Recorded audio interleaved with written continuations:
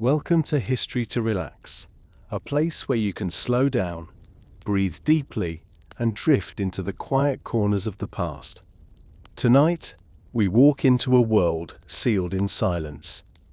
A world where ash once fell like snow, where a city paused mid-breath, and where everyday lives, simple, ordinary, beautiful, were preserved beneath the earth for nearly 2,000 years. This is the story of Pompeii, not as a tragedy of fire and destruction, but as a tapestry of voices. A baker rising before dawn. A poet watching the forum fill with light. A slave who sensed the mountains whisper. A family gathering in their hidden room. A priest guarding the last flame through a night that felt strangely still. Their lives did not vanish. They simply went quiet, waiting for the day when sunlight would find them again. So settle into a comfortable place. Let your breath slow. Let your thoughts soften around the edges, and allow this gentle journey to guide you through the calm streets of an ancient city. A city that speaks through time, not with sound, but with stillness. Close your eyes if you'd like. Feel the world around you grow softer. And come with me into the quiet, dust-covered heart of Pompeii, where the voices beneath the ash are ready to rise once more. Morning rose slowly over Pompeii, spreading a pale glow across the curved line of the distant sea. Light gathered first along the highest rooftops, touching tiles that had cooled overnight and warming them once again. The quiet rhythm of another day began to settle into place. Nothing rushed. Nothing demanded attention. The city moved at its own pace, shaped by habits so familiar that no one questioned them. Faint birdsong drifted from the shadowed eaves, joining the soft splash of water that fell steadily from one of the many fountains that dotted the streets. Pompeii seemed to breathe as the day awakened. Stone streets waited in the early stillness before footsteps arrived. They held the impressions of countless days just like this one. Days filled with market voices, the scent of warm bread, and the laughter of children running between the stalls. At this hour, the air rested cool and gentle. A faint mist hung near the ground where last night's temperature lingered.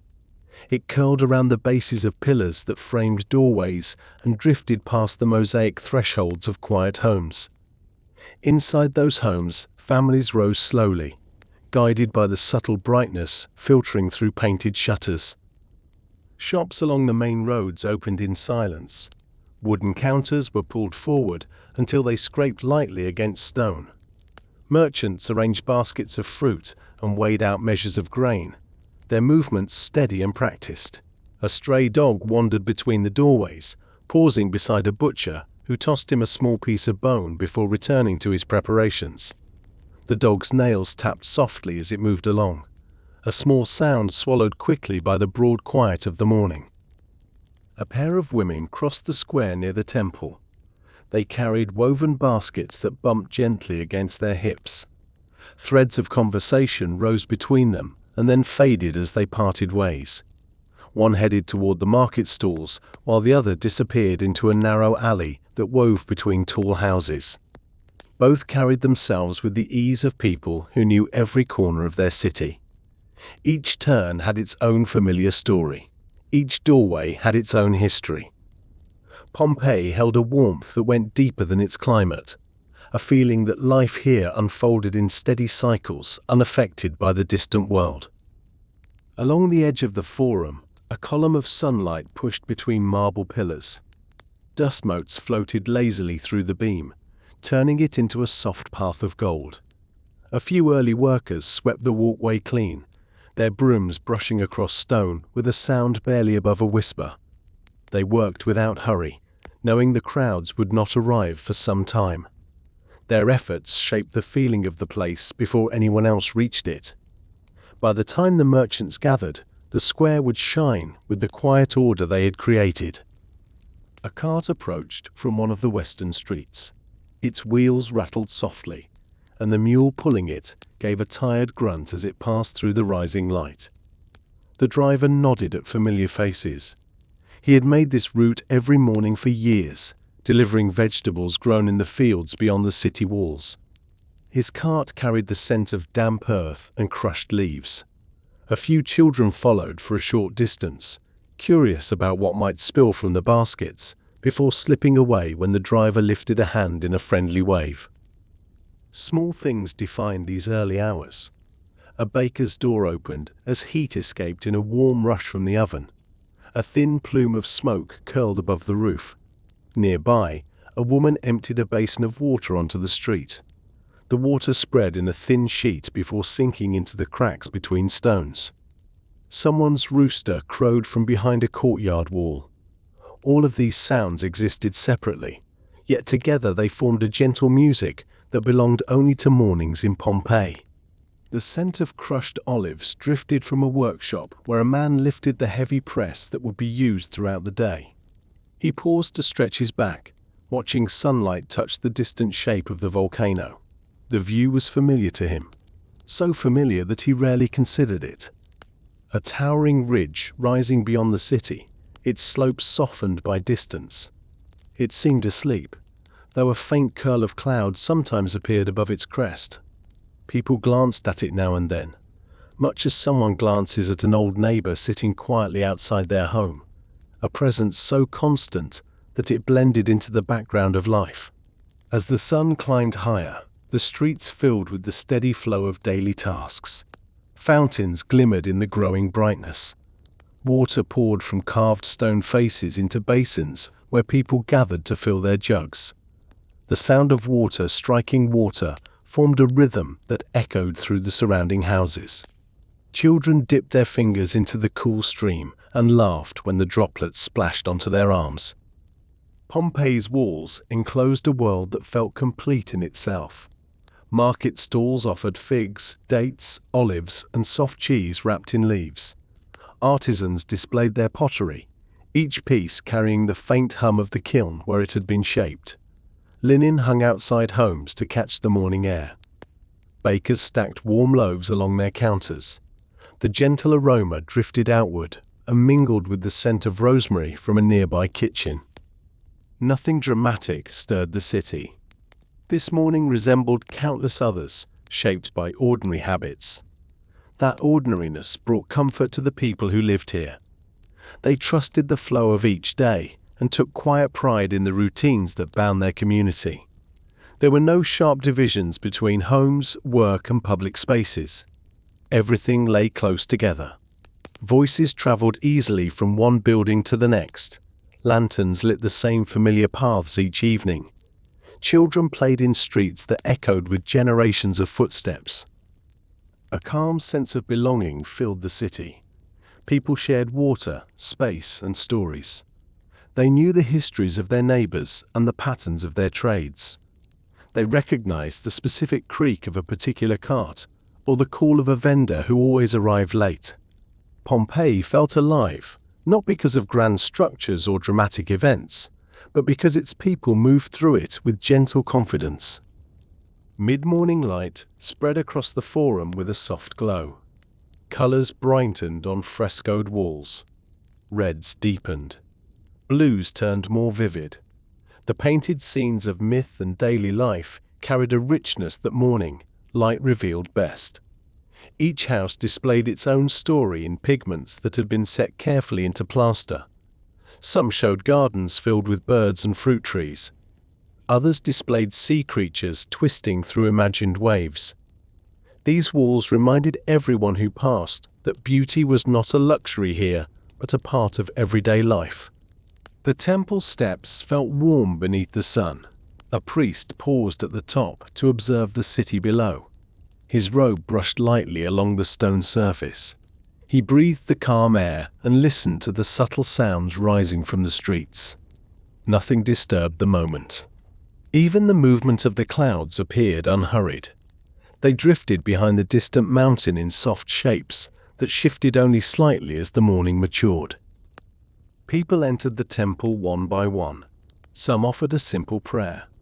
Others touched the statue's base before returning to their tasks.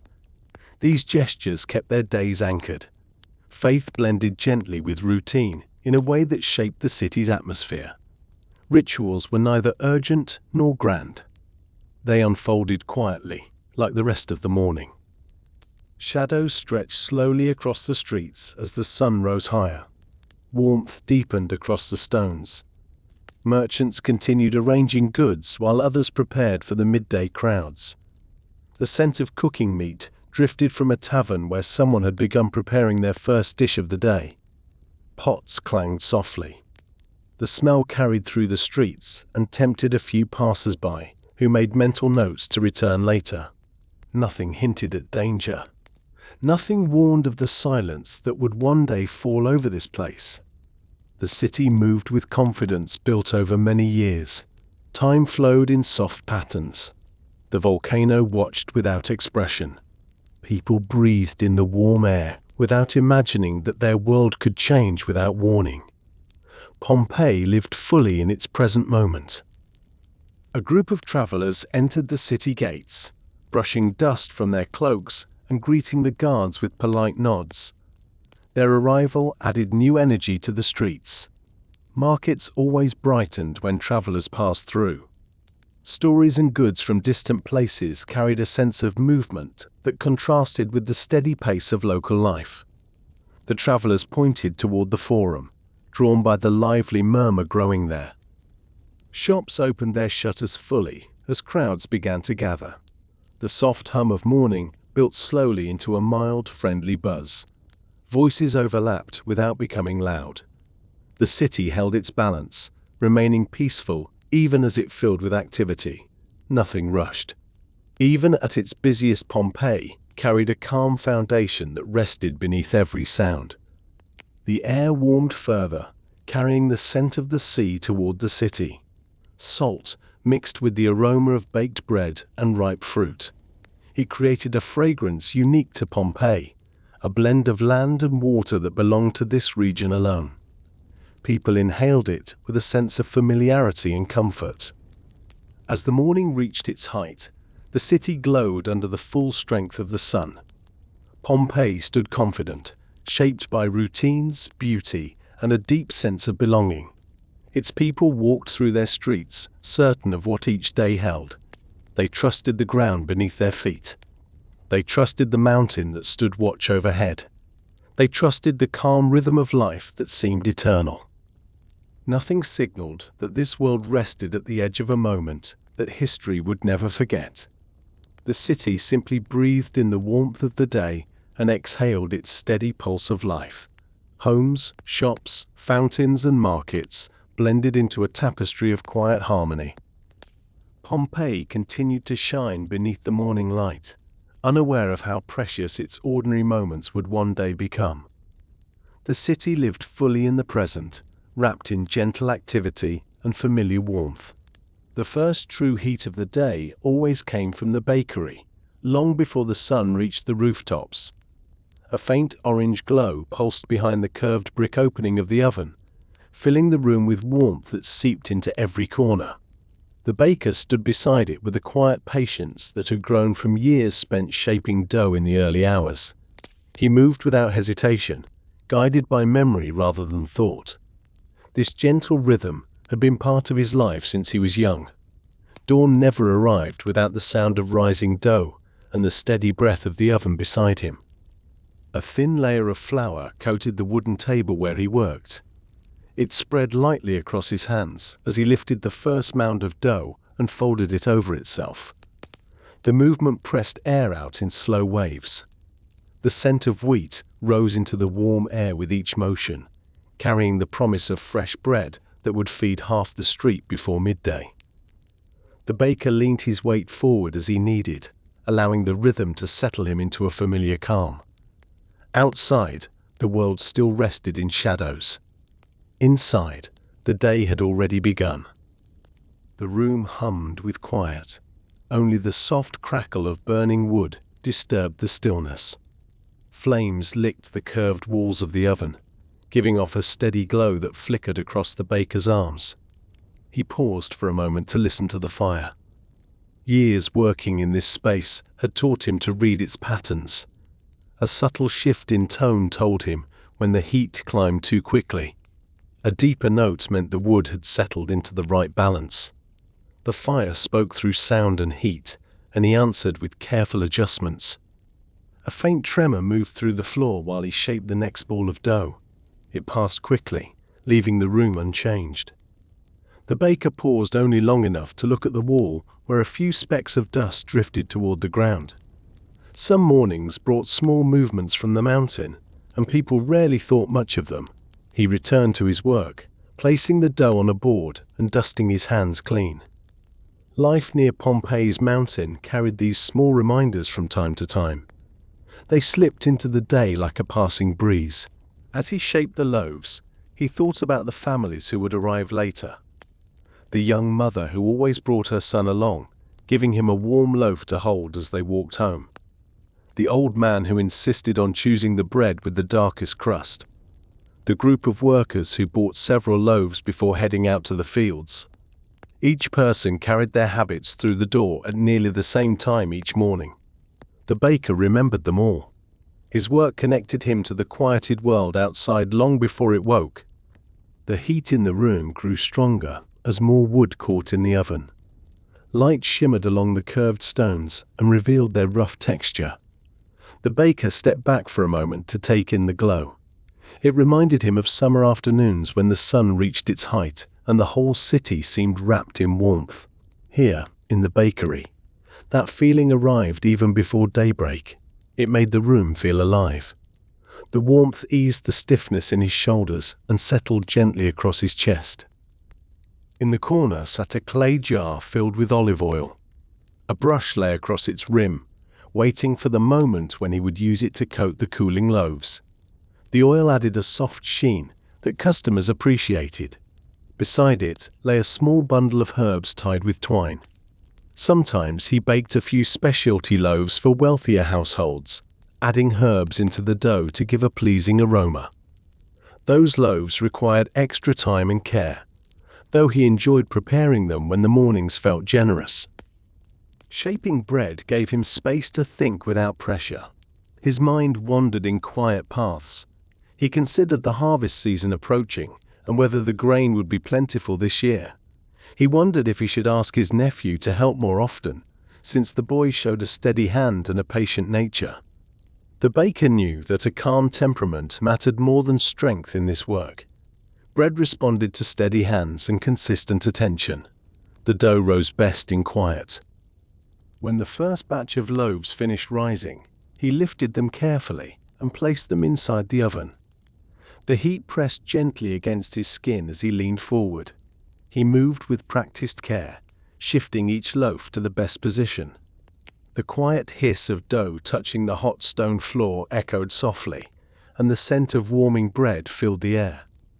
It carried memories of winters long past, of childhood mornings when he stood beside his father learning the craft.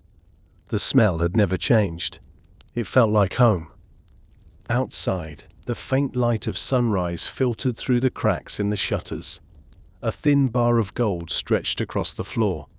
Soon the streets would fill, but for now only the early workers stirred. Somewhere nearby, the sound of a broom brushed across the street stones. A few voices carried faintly from a neighboring courtyard. The city was waking slowly, guided by the same calm rhythm that guided the baker's hands. He wiped the flour from his table and shaped the next batch of dough. Each loaf received equal care. Each fold helped build the quiet structure inside it. He pressed gently, then firmly, letting the dough form its familiar shape. When he lifted it, the weight felt right. The softness under his palm gave him a sense of quiet satisfaction. Bread required attention, but it gave comfort in return. This balance had shaped his life for as long as he could remember. The tremor from earlier slipped from his thoughts completely. It was easy to forget such things when the morning carried its familiar warmth. People in Pompeii lived with small movements of the earth. They trusted the stability of their routines more than the distant mountain. The baker smiled softly as he remembered how often he had heard customers mention such tremors only to brush them aside.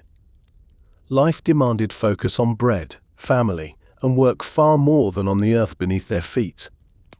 When the first loaves were ready to be removed, he reached for a long wooden paddle. The bread had turned a rich brown along its crust. Steam escaped in gentle streams as he lifted each loaf and placed it on a cooling board. The smell filled the room with warmth and comfort. He brushed a thin layer of oil across the top, watching it catch the light and sink into the crust. The loaves glistened in the soft glow, each one carrying the promise of nourishment and small joy. A young apprentice knocked lightly at the door and entered. The boy greeted the baker quietly before moving toward the table to begin grinding more grain. His presence added a subtle liveliness to the room. The steady rhythm of grinding joined the crackle of the oven fire. The baker appreciated the companionship, even though neither spoke much. Words were rarely needed during these early hours. The tasks themselves created a sense of shared purpose. More tremors would come someday. They always did. But at this moment, the bakery held a peace that wrapped itself around both men. They worked together in warm light, shaping the food that would sustain their neighbors through the day. This simple labor held a significance they rarely considered. It kept the heart of the city beating in steady, unbroken rhythms. A thin streak of bright sunlight cut through the shutters as the morning grew stronger. The baker turned toward it, blinking softly. The day had fully arrived now. Voices outside grew more frequent. Footsteps tapped along the stones. Vendors rolled their carts into place. Children called out to one another as they ran down the street. The world beyond the bakery had awakened, following the morning's gentle path. The baker continued preparing the next batch without breaking his pace. The door would open soon. Customers would step inside with familiar greetings, smiles, and small pieces of news from the neighborhood. Some days brought stories of weddings being planned or trade ships arriving at the port. Other days carried quieter news. Whatever people brought with them, the bakery held space for their presence. Bread softened conversations, warmed hands, and offered comfort that required no explanation. The apprentice finished grinding the grain and carried the fresh flour to the table. The baker nodded with approval. The flour poured smoothly, forming a soft mound that rested easily beneath his touch. He added water and salt before beginning to knead once again. The dough responded with a gentle give that reminded him of the quality of the harvest. This would be a good season. He felt thankful for that. As he kneaded, he considered the simple truth that each morning felt much like the one before. Patterns shaped the days. People rose, worked, and rested in harmony with the sun. The baker found comfort in this repetition.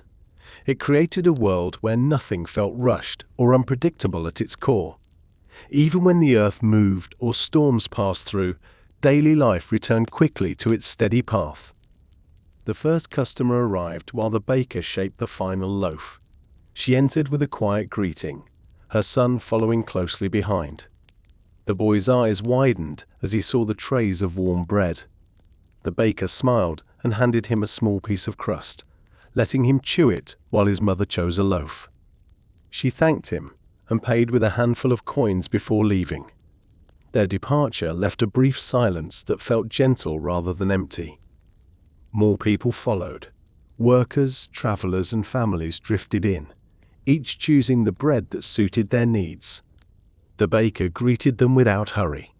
He maintained a calm pace, regardless of how many came through the door. His presence steadied the room. The warmth of the oven supported him, spreading peace throughout the space. Every morning held this same sense of continuity. The mountain stood in the distance without drawing his attention. The tremor from earlier faded into the memory of countless similar moments. People lived beneath the shadow of the volcano with trust born from familiarity. They knew its shape better than they knew some of their neighbors. It had watched over the city for generations. As the last of the early customers left, the baker stepped outside for a brief moment. Sunshine warmed his face. The sky above him shone a clear blue. The street held a quiet bustle that felt comforting. People moved with measured ease, greeting one another and beginning their own routines. The mountain towered in the distance, framed by the brightness of the sky. He took a breath and returned inside, ready to continue shaping the dough for the rest of the day. The bakery welcomed him with its familiar heat and gentle glow. The oven crackled softly. The apprentice prepared more grain. The smell of warm bread drifted through the doorway and into the street. Nothing disturbed the peace of the moment. Pompeii lived through the morning with steady confidence. Life continued in quiet patterns shaped by work, patience, and small joys. The baker returned to his table with the same calm he carried every day. The world outside might shift from time to time, but within these walls the rhythm of dawn remained unchanged. Morning sunlight drifted over the tops of Pompeii's villas and settled into the courtyards where gardens waited in quiet stillness. Dew lay across the leaves as a thin shimmer of silver. It clung to the edges of grapevines and softened the surface of the stone pathways between them. The gardener stepped through the archway of a villa that faced the rising sun. His sandals brushed gently against the mosaic floor before touching the earth outside. Each step carried a slow familiarity, as if he were greeting old friends.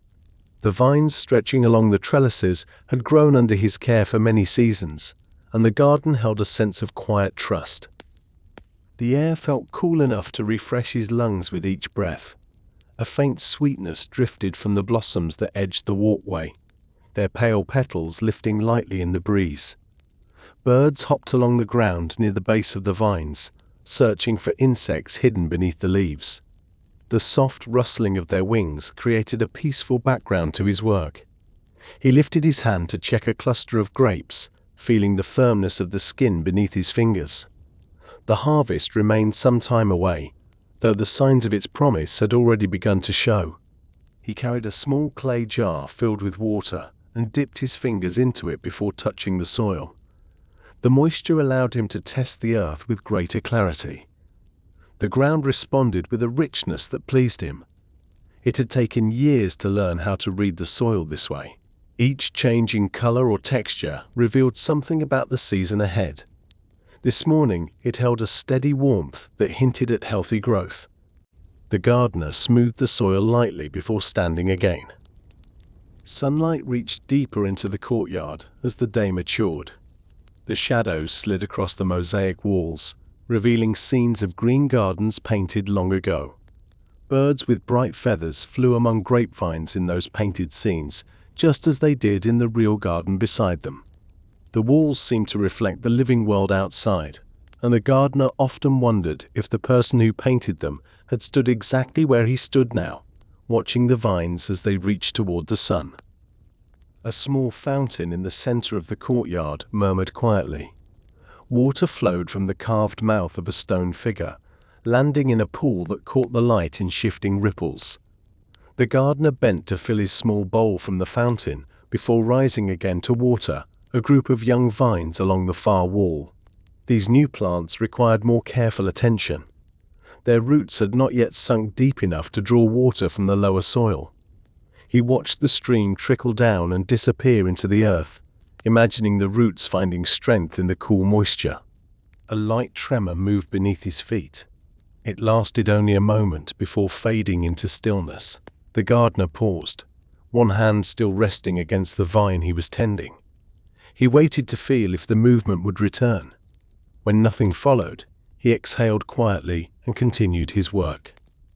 People in Pompeii noticed these small movements from time to time. They rarely grew concerned unless the shaking continued. The mountain had sent such signals before, yet life followed its usual rhythm. Some mornings carried tremors, and some did not. The garden remained his focus. He walked slowly along each row of vines, checking the leaves for signs of dryness or small insects that might harm them. The leaves glowed with a deep green color, touched by tiny points of light, where dew still clung to the surface. He brushed a leaf gently, sending a few droplets falling to the ground. The sound was so soft, he barely heard it. The entire courtyard felt wrapped in a gentle hush, shaped by layers of warm stone and fragrant plants. As he worked, distant voices drifted over the villa walls. Someone passed along the street outside carrying a basket. Another called out a greeting. The sounds blended with the nearby fountain and created a quiet chorus that accompanied him through the morning. The garden often felt like its own world, but it still shared breath with the city beyond. Life flowed in and out of this space, shaped by the routines of merchants, neighbors, and families moving through the day. He stepped toward a low stone bench near the fountain and set his tools upon it. The bench held a smooth coolness that contrasted with the sunlit air. He sat down for a brief moment to rest his hands. From this position, he could see the entire courtyard as one living whole. Grape leaves stretched in gentle curves along wooden supports. Blossoms from nearby shrubs opened slowly in the light. The painted walls surrounded the space as if holding a quiet memory of gardens long past. The gardener's thoughts wandered as he watched the sunlight drift across the vines. He remembered his first days working here, when the garden had felt overwhelming. The vines had grown with little order, and the soil had needed care to find its balance again. It had taken patience to coax the plants back into harmony. Now the garden flourished each season, offering fruit that pleased the villa's owner and guests. That transformation gave the gardener a sense of quiet pride he rarely voiced. The sound of sandals tapping along the stone walkway drew his attention. A servant entered the courtyard carrying a tray with a small piece of bread and a cup of watered wine. She placed the tray on the bench beside him and offered a gentle greeting before returning inside. The gardener nodded gratefully. The bread still carried the aroma of the morning's baking. He took a small bite and let the warmth spread across his tongue. The wine held a light sweetness that refreshed him in the rising heat. A soft breeze moved through the courtyard, lifting the grape leaves against their supports. The rustling sound carried a soothing quality that reminded him of afternoons spent napping under trees in his youth. The vines swayed gently, their slender stems brushing against one another with quiet familiarity. He listened for a moment, letting the sound settle into him. There was peace in this space that he rarely found anywhere else. To the gardener, each vine held its own character. Some grew straight and strong, reaching confidently toward the sky. Others curled in unpredictable directions, demanding extra support to keep them from leaning too heavily. He had tended them so long that he could recognize each plant by the shape of its leaves or the way it responded to pruning. This bond was not something he spoke of, but it shaped each decision he made here. When the sun climbed higher and cast stronger light across the courtyard, he stood again and returned to his work. He pruned a few wandering shoots that threatened to tangle with their neighbors. The cut stems released a faint scent that mixed with the fragrance of nearby herbs. He stepped carefully to avoid disturbing the soil around the roots. Every movement held intention. There was nothing hurried in the way he approached the plants. He believed that calm hands helped the vines grow with greater strength. In one corner of the courtyard, a small pile of stones marked where the villa owner planned to expand the garden. The gardener paused there, imagining how new plants might take root in that space. He thought about the shade patterns and the soil depth. The possibilities gave him a quiet sense of anticipation. Gardens always promised growth, and growth carried hope. The tremor from earlier had left no sign upon the plants. Leaves still held their steady posture. Soil remained firm beneath his feet. The mountain faded from his thoughts once again. He wiped his hands on his tunic and continued down the row, humming under his breath. The tune carried no real melody. It simply kept him company while he worked. A pair of doves landed near the fountain and dipped their beaks into the water. Their soft cooing blended with the gentle sound of the fountain.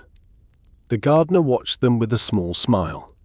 Moments like these reminded him why he loved this space. Life in the garden unfolded in quiet scenes of simplicity. Nothing dramatic needed to happen for the place to feel full. The villa owner stepped into the courtyard later in the morning. He greeted the gardener with a wave and commented on how well the vines seemed to be growing this season. His tone carried the relaxed pride of someone who appreciated beauty without needing to understand the effort behind it. The gardener listened politely, offering a few simple observations about the weather and the soil. When the owner left, the garden returned to its gentle quiet. Time moved slowly among the vines. Each hour brought small changes to the light. The shadows stretched across different parts of the courtyard. The fountain glimmered with brighter reflections as the sun grew stronger. Leaves shifted color slightly as the heat deepened their green tones. The gardener took these changes in with a practiced eye.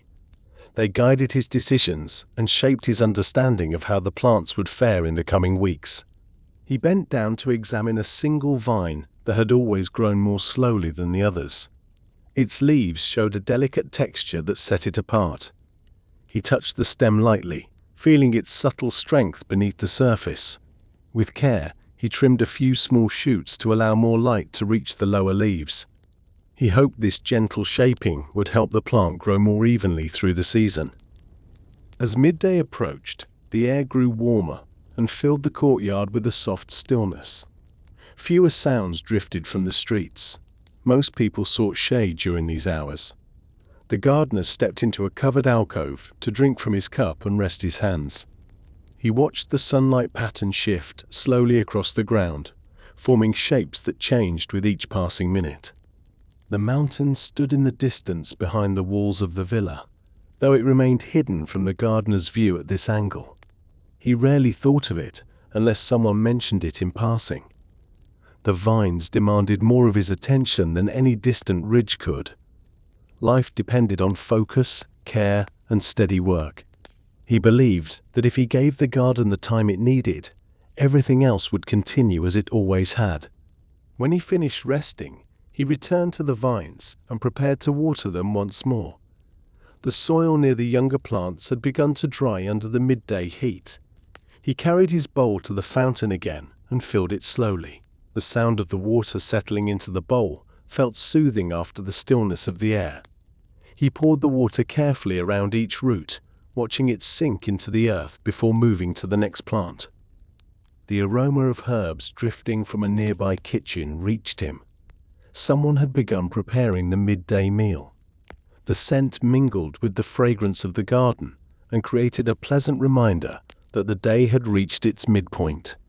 He paused to appreciate the blend of smells before returning to his tasks. The garden felt complete as he finished his work. The vines rested with a renewed sense of life. The blossoms along the walkway had opened further, revealing bright centers touched by sunlight. The fountain continued its gentle song. The gardener stepped back and took in the scene as a whole. It pleased him deeply to see the plants thriving. Before leaving, he brushed loose soil from his hands and gathered his tools. He paused for one final moment in the center of the courtyard. The garden did not reveal all its secrets in a single glance, yet it offered a quiet truth that he understood well. Growth required time. Care required patience. Life revealed itself in small, consistent acts. The tremor from the morning had become nothing more than a passing memory. The vines swayed gently in the breeze, untouched by anything beyond their own slow rhythms. Pompeii continued its day in warm harmony. The gardener felt thankful to play his part in this quiet world. He left the courtyard with a calm heart, ready to return again when the next dawn arrived. The girl woke to the familiar sound of voices drifting in from the street. They rose and fell in a gentle murmur, mixed with the distant splash of water at the nearest fountain. Light pressed softly against the wooden shutters of her room, turning the edges into a pale outline. She lay for a moment without moving, listening as the city shaped its morning. Pots clinked in the kitchen below. Footsteps crossed the courtyard. Somewhere outside, a cartwheel knocked against a stone. She sat up slowly and ran her fingers through her hair. The air still held a trace of coolness from the night. It brushed against her arms and made her aware of the weight of the blanket that had kept her warm. She folded it back and placed her feet on the smooth floor. The tiles felt cool, almost refreshing. This quiet pause at the beginning of the day always felt comforting. Nothing urgent pressed on her. The world outside waited patiently for her to join it. From the street, a familiar vendor called out his morning offer. His voice carried clearly through the cracks in the shutters. She smiled when she recognized it. She knew his route well. He passed their house at almost the same moment each day, his call blending into the pattern of sounds that told her the time without any need for water clocks or sundials. She dressed quickly, tying her belt with practiced fingers, and moved toward the door. The stairway down to the main floor carried the faint smell of yesterday's cooking.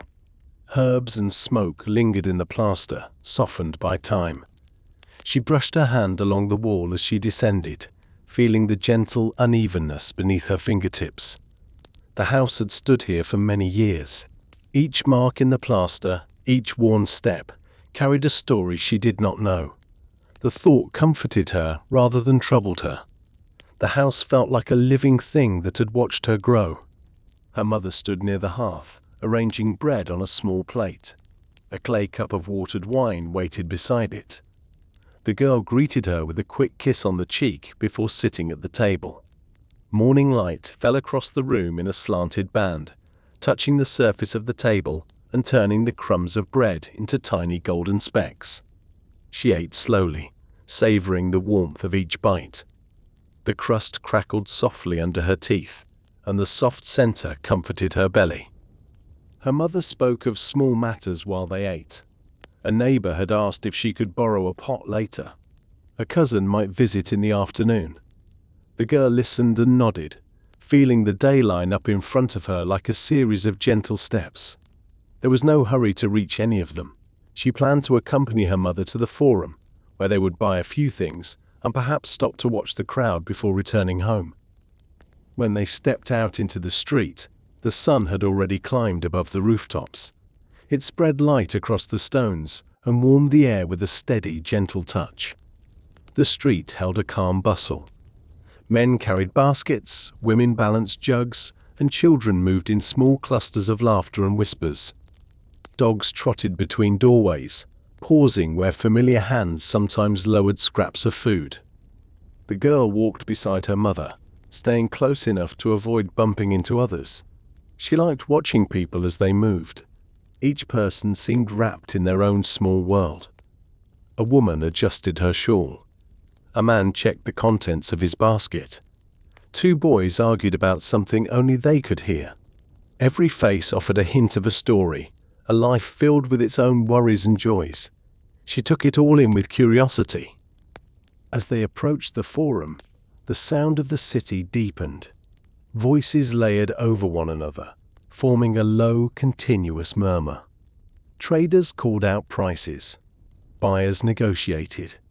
Somewhere a cart rolled over a rough patch of road, its wheels rattling loudly before the sound faded again. Birds circled above the open square, gliding on warm currents of air before settling on the high edges of temples and public buildings. The forum opened before her like a vast stone sea. Columns stood in ordered rows, casting slender shadows across the ground.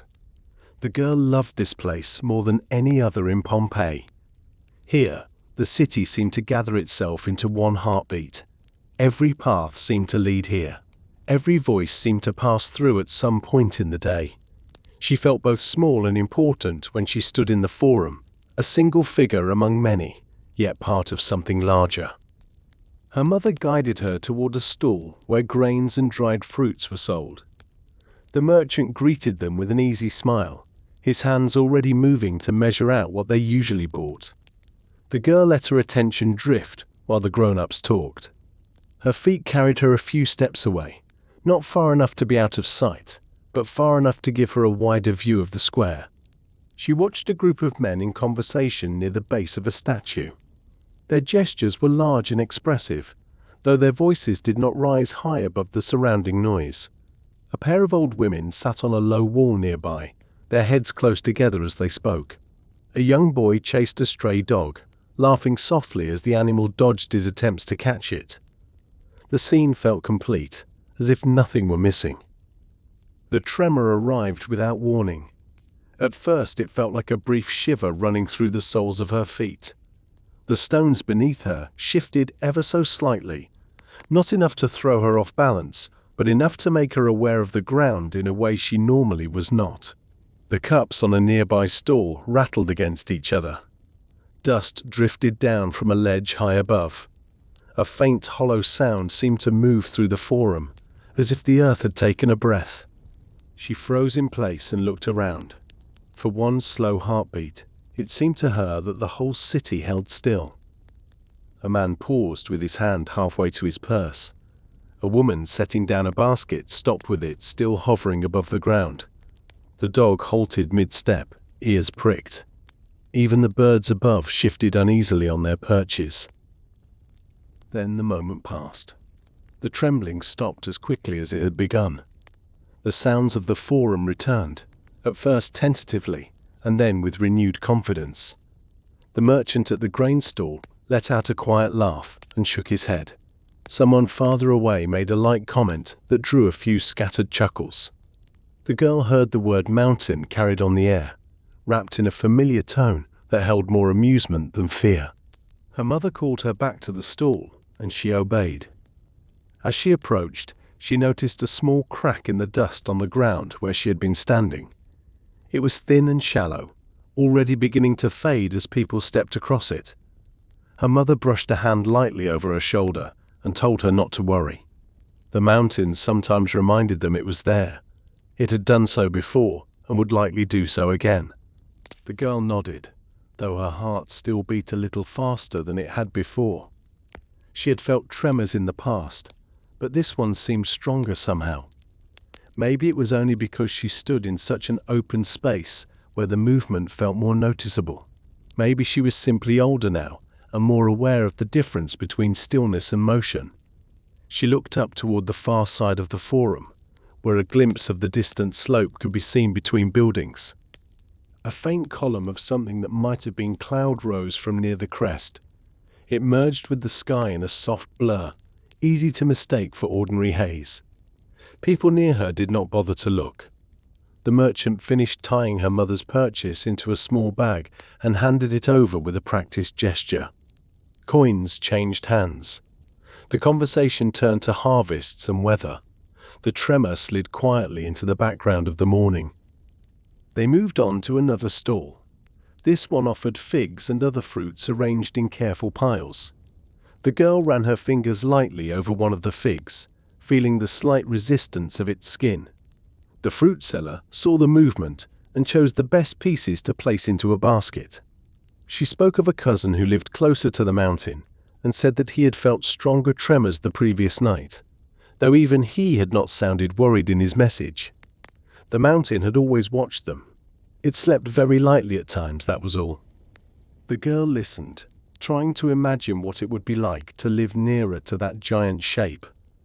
She pictured the ground moving more sharply, cups falling from shelves, and walls creaking in the dark. The thought sent a small chill through her, though the day remained warm.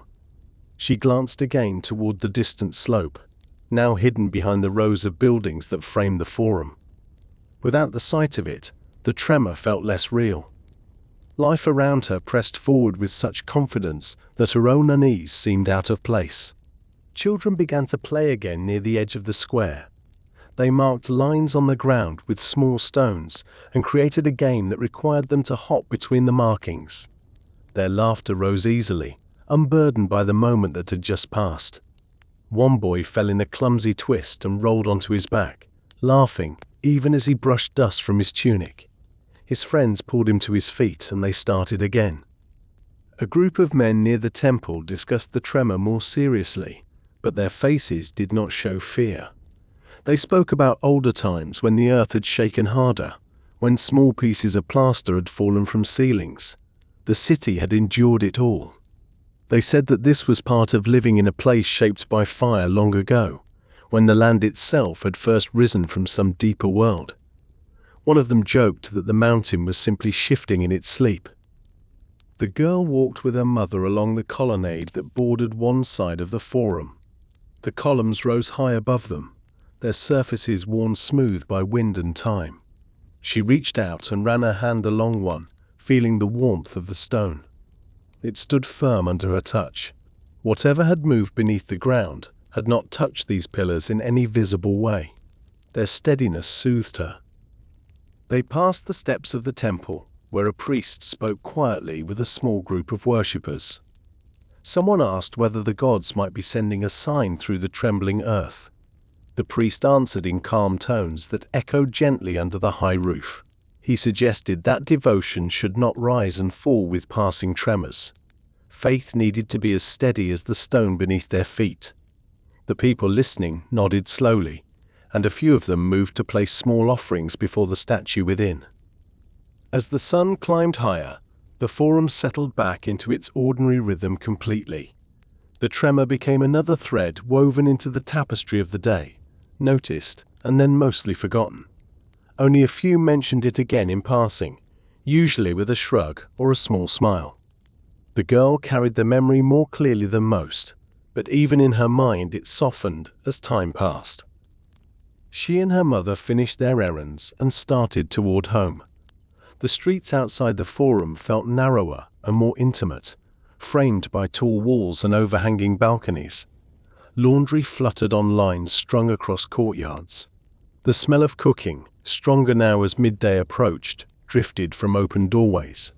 Someone argued in a nearby house, though their voices remained low and private. The city wrapped itself around her again, enclosing her in the comfort of familiar paths. They paused briefly at a fountain to fill a jug with fresh water.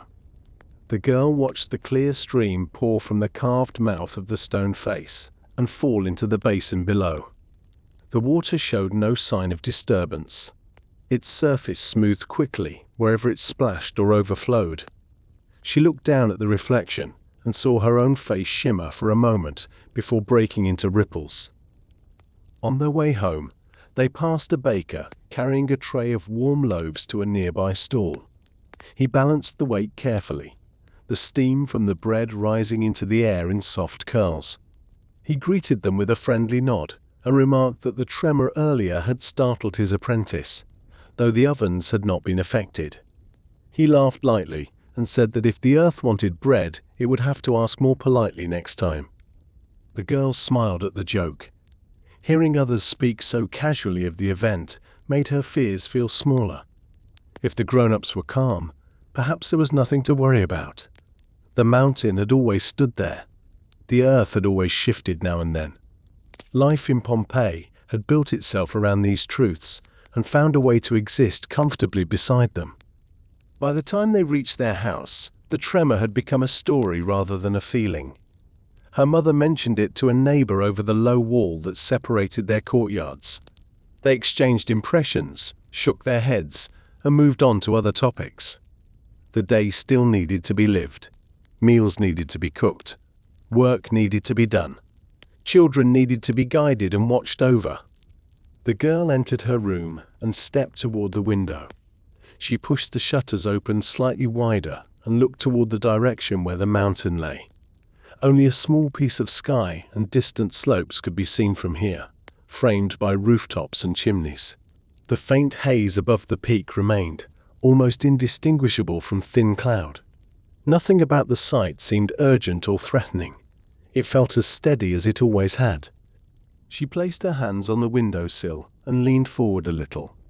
A part of her still remembered the sensation of the ground moving beneath her feet, and the way the entire forum seemed to hold its breath. Another part had already begun to fold that memory away alongside all the other small moments that made up the days of her life. The tremor belonged to the morning now. Afternoon would bring its own pattern of chores, visits, and quiet thoughts. Behind her, the house hummed with familiar sounds. Pots clanged softly as her mother prepared the midday meal. Voices from the courtyard carried in warm echoes. The girl took a final look at the distant slope and then closed the shutters halfway, letting only a gentle strip of light remain. The city felt steady once more. The tremor no longer shook her heart. Pompeii settled into its day, unaware that beneath its streets, beneath its fountains and houses and painted walls, the earth had begun a slow and silent conversation with itself. The people who lived above felt only small hints of that hidden movement, and even those hints slid easily into the background of their lives. They trusted the ground on which they walked. They trusted the routines that filled their days. The tremor that had passed through the Forum became one more example of something they had learned not to fear. The poet arrived in the Forum later than most people who worked there.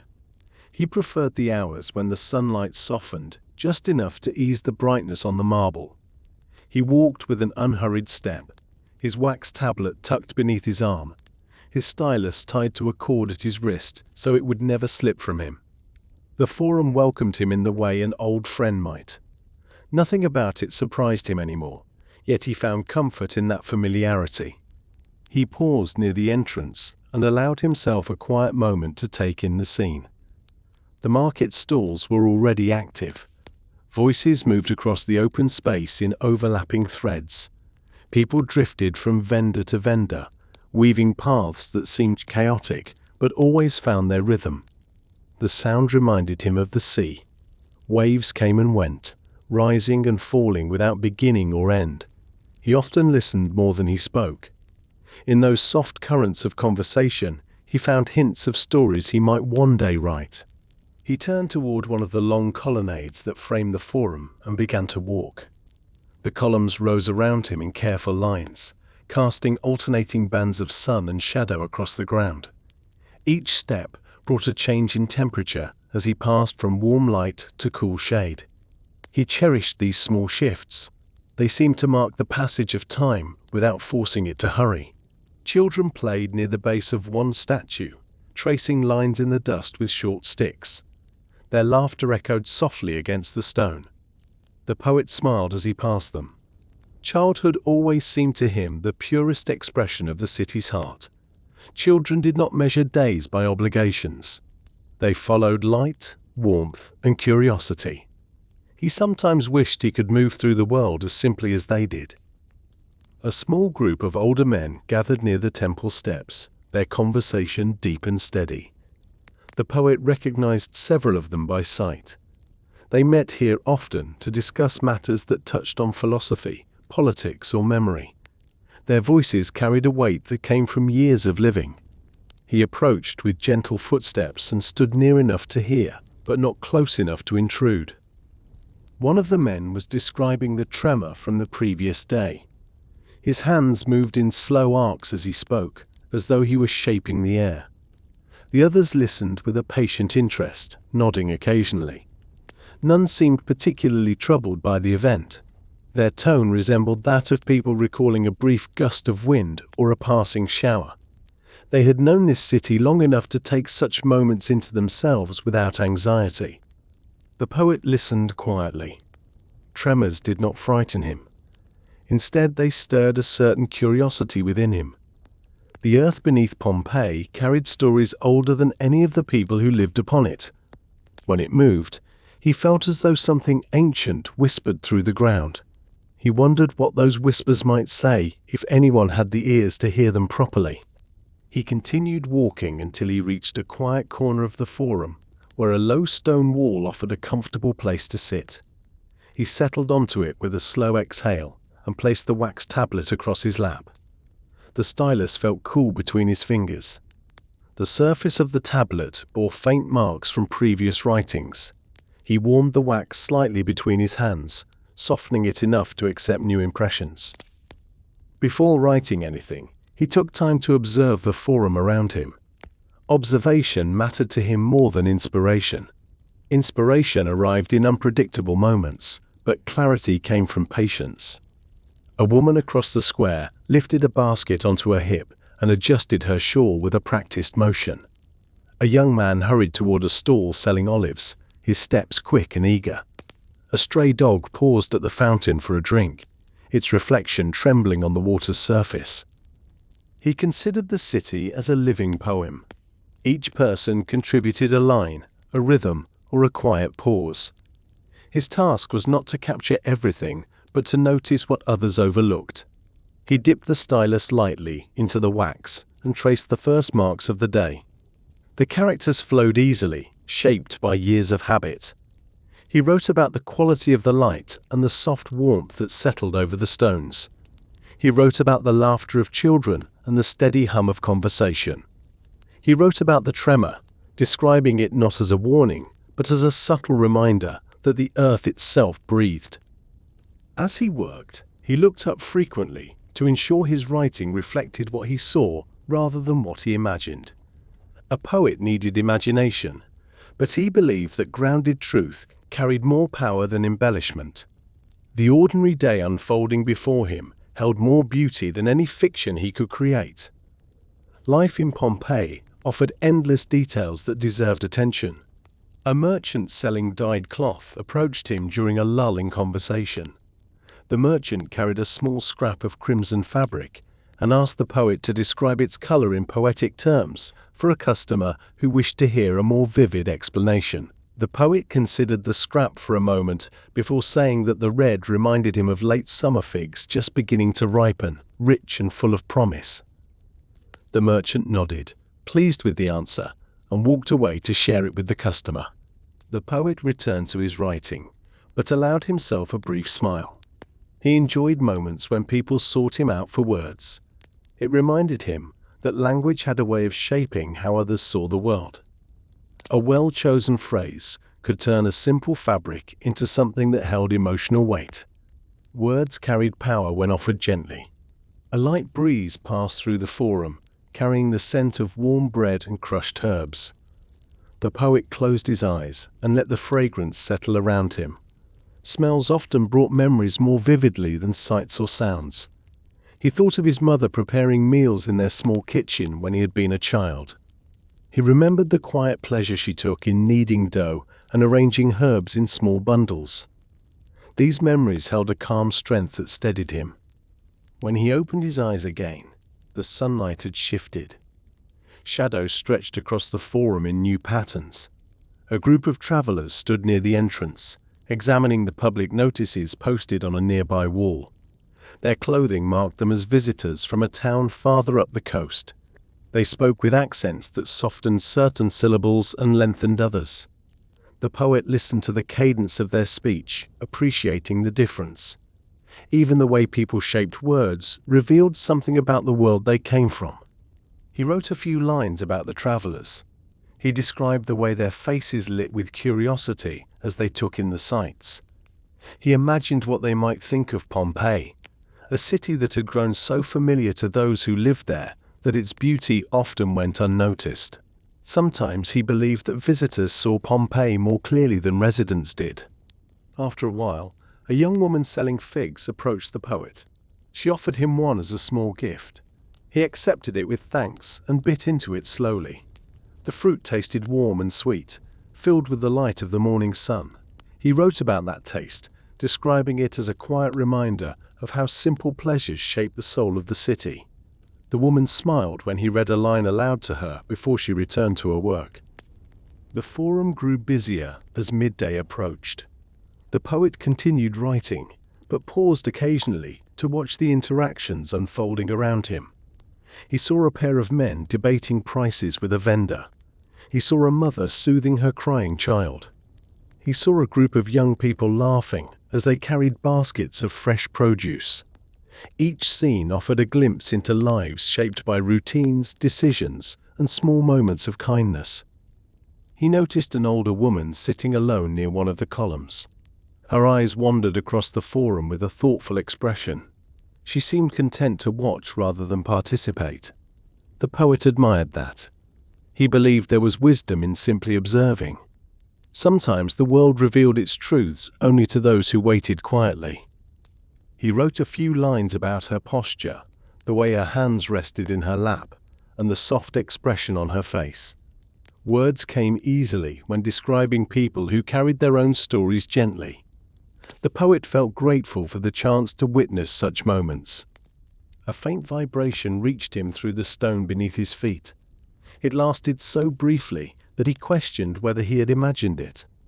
A few dust particles drifted from a high corner of the colonnade. No one nearby reacted. The tremor carried none of the small drama of the one the day before. Still, the poet waited for a second movement.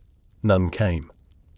He returned to his writing, but added a line about the Earth's subtle shift. He did not describe it as alarming. Instead, he wrote that the ground sometimes murmured, as though sharing secrets with itself. These murmurs did not disturb him. He believed that the Earth's memories ran deeper than any human timeline. It moved when it needed to, and people adjusted, trusting that the world would settle again. A large shadow stretched across his tablet as someone stepped near him.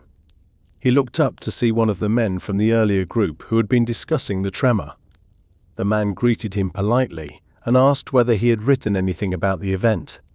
The poet nodded and handed him the tablet. The man squinted as he read the lines, then let out a soft chuckle. He remarked that the poet's words made the tremor sound almost graceful. The poet smiled in return.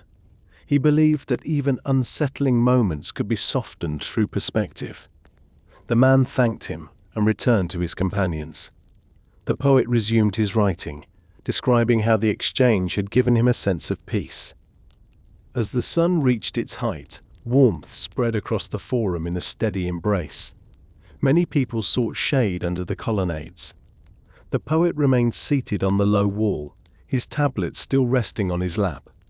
Sweat gathered lightly along his neck, though he felt no discomfort. He had grown used to the summer heat of Pompeii. The brightness of the day matched the energy of the city, creating a harmony he found comforting. He continued writing until the wax tablet neared its capacity. The lines filled the surface in gentle patterns. None of the words felt hurried. Each had found its place naturally. The poet leaned back slightly and observed the forum one more time before closing the tablet. The day around him still buzzed with activity, yet he sensed a calm beneath the surface.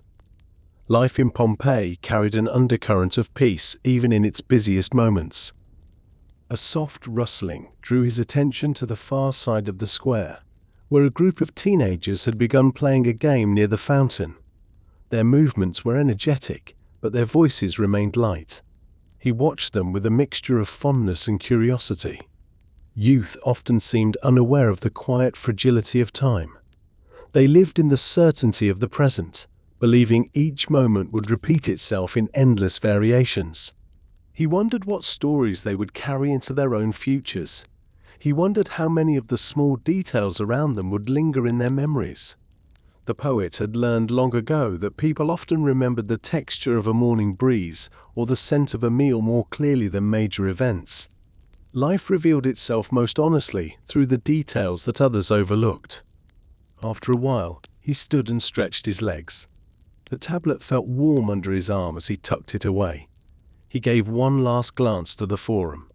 The children playing, the vendors calling, the travelers exploring, the elders discussing, and the simple, steady movements of daily life, all shaped a world he cherished deeply. Pompeii did not need grand events to feel full. It carried its meaning in the ordinary. As he walked away from the forum, he felt a gentle certainty that the day had offered him enough to fill many pages. He would write more when he reached home, perhaps expanding on the lines he had begun earlier. For now, he allowed the forum's warmth and the familiar hum of the city to settle into him. The poet moved through the streets with a quiet heart, grateful for the calm beauty woven into each corner of Pompeii. The gladiator's morning began in a room far quieter than the arena he trained for. The barracks stood just outside the bustling center of Pompeii, close enough for him to hear the city's early voices, but distant enough that their noise softened into a low murmur. Sunlight slipped through the narrow window above his bed, drawing a pale line across the wall. He opened his eyes slowly and let the light settle over him. His body carried the weight of many years of training. Muscles that once had been full of restless energy now held a deeper strength, shaped by discipline rather than impulse. Scars marked his arms, his chest, and even the side of his face. He had earned each one. Yet here in the stillness of morning, Those marks felt like memories rather than warnings. They told the story of a life lived with intention, though others often believed it was a life built only on violence. He sat up and stretched his arms gently. The movement revealed a slight stiffness that clung to his shoulders after yesterday's training session. He welcomed the ache. It reminded him that his body continued to serve him well. As he rolled his wrists, the familiar sound of footsteps reached him from the hallway beyond his door. Other gladiators moved through their own morning rituals. Some spoke quietly. Others grunted as they stretched. The barracks carried a certain rhythm that echoed through its stone walls. He rose and tied the simple cloth around his waist before stepping out to the courtyard. The air felt cool through the open space. A few gladiators were already at work oiling their skin, or practicing slow movements meant to awaken their limbs. None moved with haste. The morning belonged to preparation rather than conflict. The gladiator stood in the center of the courtyard and lifted his arms above his head. His chest expanded with a deep breath. He exhaled slowly, feeling the tightness dissolve little by little. His routine had not changed much over the years. He believed that steadiness made him stronger. The arena demanded more than brute force. It required calm focus. One of the younger fighters approached him with an eager expression. The boy, barely in his 20s, carried the restless confidence of someone who thought strength meant invincibility. He asked if the older gladiator would spar with him later in the morning. The request did not surprise him. Young fighters often sought to prove themselves against someone with more experience. He nodded with a patient smile. The younger man thanked him and jogged away, already imagining the match to come. The older gladiator watched him go, remembering a time when he, too, had run with that same energy. Now he valued stillness almost as much as action. He believed a fighter needed both to survive. A small tremor shifted the ground beneath his feet. It passed quickly, but not unnoticed. Gladiators reacted differently from ordinary citizens when the earth moved. Their bodies were trained to detect the slightest imbalance, the smallest vibration. The older fighter paused in place, waiting to see if it would continue. When it did not, he resumed stretching. The barracks around him stood firm. Nothing rattled. None of the men appeared worried. A fellow fighter approached him after the tremor faded. The man joked that the earth was practicing its own footwork, perhaps preparing for a match of its own. Laughter followed. The older gladiator joined in softly. Jokes often rose in the barracks when the earth shifted. They eased tension before it had a chance to grow. No one feared the tremors. They occurred now and then, like distant thunder that never reached the city. He left the courtyard and walked toward the small room where the armorer worked. The scent of oiled leather and polished metal met him at the entrance. The armorer looked up from a helmet he was repairing and gave him a respectful nod. Years of shared work had built a quiet understanding between them. The armorer knew precisely how each gladiator preferred his equipment. Strength alone did not decide victory. Balance, fit, and comfort mattered in every movement. The older fighter examined the leather straps of his arm guard. He ran a finger along the edge to ensure the stitching remained tight. The armorer watched him with interest and asked if the guard still fit well. The gladiator said it did. The armorer smiled with satisfaction and returned to his work. Their exchange lasted only a moment. Yet it carried the weight of trust built over countless matches. When he stepped outside again, sunlight filled the courtyard more fully. The warmth touched his skin in a steady, comforting way. A few men practiced with wooden swords, moving through slow patterns that resembled a dance. The older gladiator watched them. He admired the precision required to move with such control. Many believed gladiators lived only for the roar of the crowd, but the truth lay in these quiet moments of discipline. He picked up a wooden sword from the training rack and moved toward an open space. The weight felt familiar in his hand. He took a moment to center himself before raising the sword into position. His posture straightened. His gaze softened. Each breath guided the next movement. He stepped forward, swung lightly, and shifted his weight with deliberate care. The sound of wood cutting through air made a low hum. He repeated the motion again and again until his body fell into a rhythm older than memory. Training did not tire him in the way it once had. Age had replaced urgency with wisdom. He no longer pushed himself with reckless ambition. Instead, he strengthened the parts of himself that mattered most: patience, timing, awareness. A younger man might charge forward in a burst of speed. The older gladiator waited for the right moment and used half the energy to achieve the same result. The younger fighter returned after a while and approached him for the promised sparring session. The older gladiator nodded and positioned himself opposite the young man.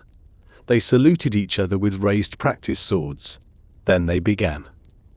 The young man moved quickly, striking with sharp, eager motions. His steps carried the restless fire of youth. The older gladiator met each strike with calm steadiness.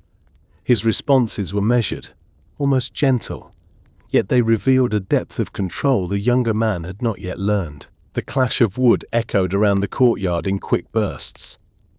The young fighter lunged forward, expecting an easy impact. The older gladiator stepped aside with a smooth pivot, allowing the younger man's momentum to carry him past the intended target. The older fighter tapped him lightly on the shoulder to mark the point. The young man stopped, breathless, surprised and impressed. They continued for several minutes. The older gladiator guided the session without harshness. When the young man made an error, he corrected it with minimal force, showing rather than telling how the movement should flow. The young fighter recovered each time with renewed determination. When they finished, both bowed with mutual respect. The younger fighter thanked him again, this time with deeper sincerity. The older gladiator nodded and placed the wooden sword back on the rack. He knew the boy would remember this lesson. Battles were rarely won by the strongest man. They belonged to the one who understood himself best. After the sparring session, he walked towards the outer gate of the barracks. Beyond it, the streets of Pompeii stretched in warm sunlight. Vendors called from their stalls. Children ran in loose groups. Dogs sniffed along the stones. Life outside moved with a gentleness that contrasted with the intense world of the arena. He stepped outside and walked a short distance along the street. The city greeted him with its familiar scent of bread, dust, and sun-warmed stone. He passed the shop of a potter who waved at him. The potter often traded small bowls in exchange for repaired tools from the armorer. Their friendship had grown over the years, built on simple exchanges of kindness. The gladiator paused at a fountain and cupped his hands to drink. The water cooled his throat and refreshed his body. Nearby, two women spoke quietly while filling their own jars. They glanced at him with quick respect before returning to their conversation. He was known throughout the city, though he did not seek attention. People admired the discipline he carried more than the matches he fought. A few children stopped at a distance to stare at him. They whispered among themselves. One boy stepped forward and asked shyly if the gladiator ever feared stepping into the arena. The fighter crouched down so that he could look the child in the eye. He told him that fear visited everyone, but discipline kept it from growing too large. The child nodded thoughtfully before running back to his friends. As he stood again, the ground gave another small tremor. This one felt slightly stronger than the earlier movement. The water in the fountain rippled with a faint shiver. People nearby paused briefly, then resumed their tasks. The gladiator sensed the shift with clarity, but his heart remained steady. The earth had always spoken in such ways.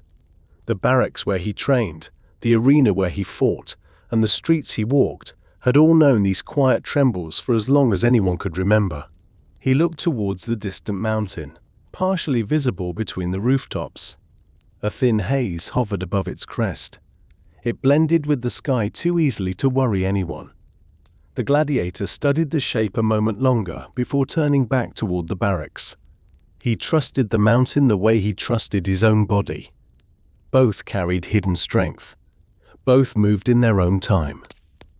When he returned to the courtyard, the sun had climbed higher. The heat pressed against the stone walls in gentle waves. Several fighters had gathered at a long table to eat their midday meal. They welcomed him with nods and invited him to join. He sat with them and accepted a bowl of stew and a piece of bread. The conversation flowed easily among the men. They spoke of training, family, humorous stories from the city, and the trivial troubles of daily life. The older gladiator listened more than he spoke. He enjoyed the sound of their voices, the casual companionship that came from years of sharing the same space. The barracks held its own form of family. Rivalries existed, but so did loyalty. A fighter trusted the men who trained beside him. They understood each other in ways others could not. After eating, he stepped aside to rest in a shaded corner of the courtyard. He leaned against the wall and closed his eyes. The warmth of the day wrapped around him, while the quiet murmur of conversation drifted through the air. His thoughts moved gently. He considered the possibility of future matches, but felt no urgency about them. He had survived many battles. He would survive more. Life had taught him that strength unfolded in layers, not moments. He opened his eyes when he heard the armorer approaching. The man asked if he wished to review his equipment for a match scheduled in a few days. The gladiator nodded and followed him into the armory. The room felt cooler than the courtyard. Shadows gathered among the helmets and shields hanging on the walls. The armorer lifted each piece of the gladiator's gear with careful hands, checking for cracks or loose fittings. The fighter examined the sword he would use, running his fingers along the blade to feel for imperfections. Everything felt balanced and ready. The armorer smiled with satisfaction.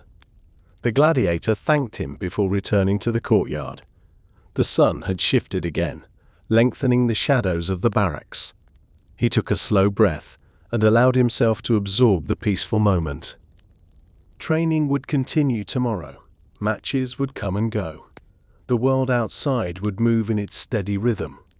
The tremors beneath the earth would rise and fade without disrupting the flow of life. The gladiator's place within this world remained simple and clear. He trained, he rested, and he lived each day with quiet acceptance. He stood in the center of the courtyard once more and gazed up at the open sky. The light felt warm against his face. He closed his eyes briefly, letting the calm settle into his chest. When he opened them again, the barracks appeared exactly as they had always been. The men around him continued their routines. The world felt steady. The gladiator carried that steadiness within him as he walked back to his room.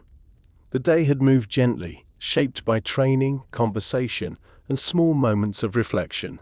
He lay on his bed and stretched his arms across his chest. His breathing slowed, easing him toward rest. Outside, Pompeii continued its daily life without hurry. The tremors became distant memories. The mountain remained silent. The gladiator closed his eyes and allowed himself to drift into a quiet half-sleep. Strength, focus, and peace blended within him.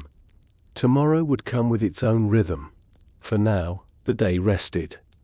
The slave rose before the others in the household, just as he did every morning. He slept on a simple mat near the back of the villa, in a corner where the faint sounds of night animals tended to gather. The air still carried a coolness that brushed along his skin as he sat up. Darkness had not fully lifted from the courtyard beyond the doorway, though the first hint of dawn shone faintly above the rooftops. He tied the simple cloth around his waist and stood quietly, pausing for a moment to steady his breath before beginning his tasks. His first duty involved the courtyard. A few dry leaves had fallen during the night, collecting near the fountain where water spilled from the carved stone face. He crossed the courtyard with soft steps and gathered the leaves into a small bundle. The sound of the water created a gentle rhythm that guided his movements. He deposited the leaves near the refuse pit and returned to sweep the remaining dust from the stones. While he worked, he glanced upward toward the distant mountain. The sky behind it had begun to brighten slightly, though its slopes remained dark. He had always been aware of the mountain in a way that others were not. Most people in Pompeii treated it like a familiar piece of the landscape, no different from a well-known tree or the curve of a road. To him, however, it carried a presence that never faded. He sensed its moods through the air, through the earth, and through small signs that others overlooked. The tremors from the previous days lingered in his thoughts. People in the household had spoken of them casually. A few thought they were stronger than usual, but no one seemed troubled. Life moved forward with its usual ease. Yet the slave could not shake the sense that the tremors mattered. He felt them in the soles of his feet more sharply than anyone else. He remembered the slight vibration that ran through the courtyard stones and the faint sigh of dust that drifted down from the upper walls. These subtle movements stayed with him. He finished sweeping and went to draw water from the fountain. The bowl he carried was heavy, but his arms had grown strong from years of work. He lifted the bowl carefully and poured the water into a clay jar that stood near the kitchen entrance. The jar absorbed the coolness and held it for the day ahead. The kitchen remained dark, though the faint smell of herbs lingered from yesterday's meals. Soon the cook would arrive to prepare breakfast, and the room would fill with warmth and firelight. He left the kitchen and moved towards a storage room where amphorae lined the shelves. His task this morning involved checking the seals on several jars of oil. Some had grown loose recently. He tightened each one with steady hands, listening for the soft sound that meant the seal had settled properly. The villa depended on these jars. Oil fueled the lamps, flavored meals, and formed part of the household's offerings during religious observances. While he worked, another tremor moved through the ground. It was very slight, but he felt it immediately. The surface beneath him shifted with a quiet, smooth motion, like a breath taken deep within the earth. He paused with his hand on the next amphora, waiting for the movement to return. When it did not, he continued tightening the seal, though his thoughts lingered on the mountain once more. He stepped outside into the courtyard again and looked toward the direction of the mountain.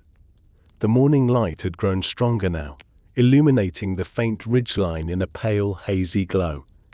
A thin plume of something that resembled smoke lifted from near the summit. It drifted only slightly before merging with the sky. To most people it would appear as nothing more than a thin cloud. He watched it with careful attention. The sounds of the household awakening filled the air. Footsteps echoed along the covered walkway. A woman carrying a basket crossed the courtyard and greeted him with a quiet nod. He returned the gesture and continued toward the garden where his next task waited. The garden held rows of herbs, small shrubs, and a few fruit trees that needed regular tending. He knelt beside a row of thyme plants and began clearing the soil around the roots. The scent rose gently into the air as he worked. He brushed loose earth from the leaves and shaped the ground with his fingers, ensuring that water would reach the roots evenly. The garden felt peaceful in the morning light. Birds fluttered between the branches of the small trees. A cat from a neighboring house wandered along the edge of the wall, pausing now and then to watch him. The calm of the garden eased him, though the mountain remained in the back of his mind. A few minutes later, the young daughter of the house entered the garden. She carried a small basket and stopped beside him to ask if any figs were ready to be picked. She visited the garden often and liked to speak with him more than with the other servants. He pointed to a nearby tree and told her she might find 2 or 3 ripe figs on the lower branches. She thanked him and hurried toward the tree with a smile. As she reached for a fig, another tremor moved through the ground. This one felt slightly stronger than the earlier one. The leaves of the nearby shrubs trembled. Dust drifted from the top edges of the wall. The young girl paused mid-reach and looked at him with raised eyebrows. He gave her a reassuring nod. The movement had already stopped. She picked the fig and placed it in her basket. Her smile returned easily. He watched her leave the garden and felt a quiet heaviness settle in his chest. Children often sensed changes in the earth more clearly than adults because they had not yet learned to dismiss such things. The girl had felt the tremor, even if she did not understand it. The slave knew better than to voice his concerns. People rarely listened when he spoke about the mountain. They thought of him as quiet, obedient, and good with his hands, but not someone whose instincts held meaning. He returned to his work, pruning the rosemary shrubs and clearing fallen leaves from beneath the trees. Hours passed in steady silence. The sun climbed higher and cast warmer light across the garden. When he paused to drink water, he looked again toward the distant mountain. The plume of haze had grown only slightly. It curled in the air with a strange softness. Nothing in its movement seemed hurried or dangerous, yet it unsettled him. He finished his tasks in the garden and moved toward the main part of the villa. The mistress of the house asked him to carry a basket of linens to the washing area near the outer wall. He lifted the basket and walked along the path that circled the courtyard. The stones felt warm beneath his feet. Voices drifted from nearby houses. Someone in the street outside called out to a friend. The day had reached full brightness and carried the familiar sounds of Pompeii's steady life. When he placed the linens beside the washing basin, he paused again with his hands resting on the edge of the stone. He looked through the open archway that faced the mountain. From this angle, the plume rising from the crest appeared more distinct. It thickened slightly at the base before thinning as it stretched upward. Birds circled near the slope, though most kept their distance from the top. Another tremor rippled through the ground. This one lasted a few seconds longer than the previous ones.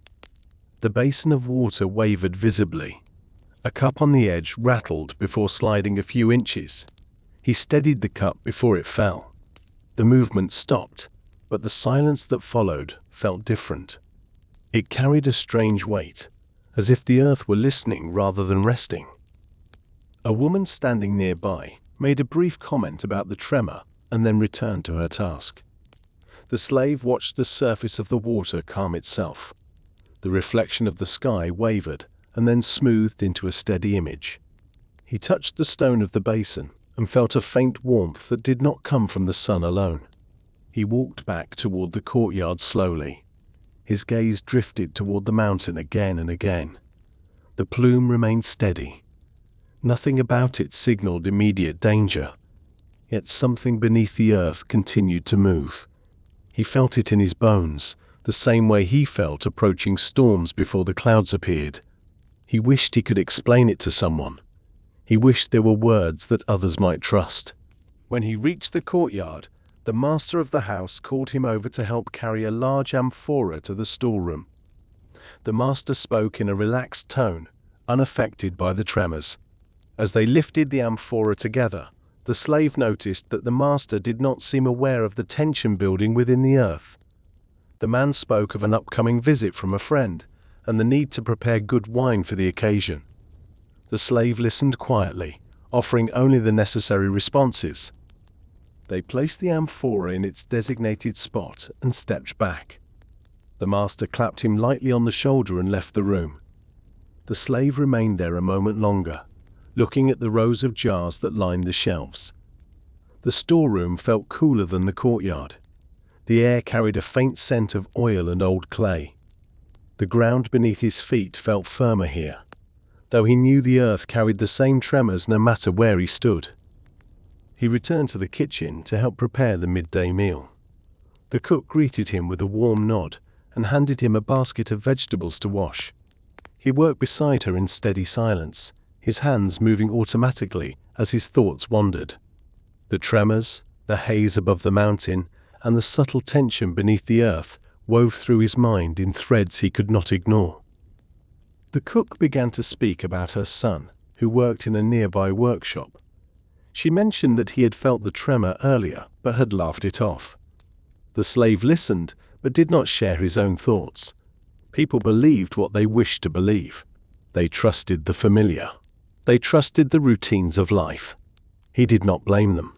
Still, he wished he could express what he felt. As the meal finished cooking, he carried dishes into the dining room. The household gathered, their conversations flowing easily. Laughter rose from the table while the family ate. The tremors were mentioned only once, and then only in passing. The slave stood in the corner, ready to assist as needed. He observed the calm faces around the table and felt a quiet ache settle in his chest. They saw only the surface of the day. They did not sense the deeper movement in the earth. When the meal ended, he cleared the table and returned to the courtyard. The sunlight had shifted, casting long shadows across the ground. He knelt beside the fountain and dipped his hands into the cool water. The sensation grounded him. The sound of the water soothed his thoughts. He lifted his gaze once more toward the mountain. The haze still rose from the crest, steady and unchanged. Yet something within him tightened. The tremors earlier had carried a different weight than usual. He could not explain it. He only felt it. He placed both hands on the edge of the fountain and leaned forward slightly. The mountain had always been part of his life, a constant presence in the distance. Yet today it felt closer.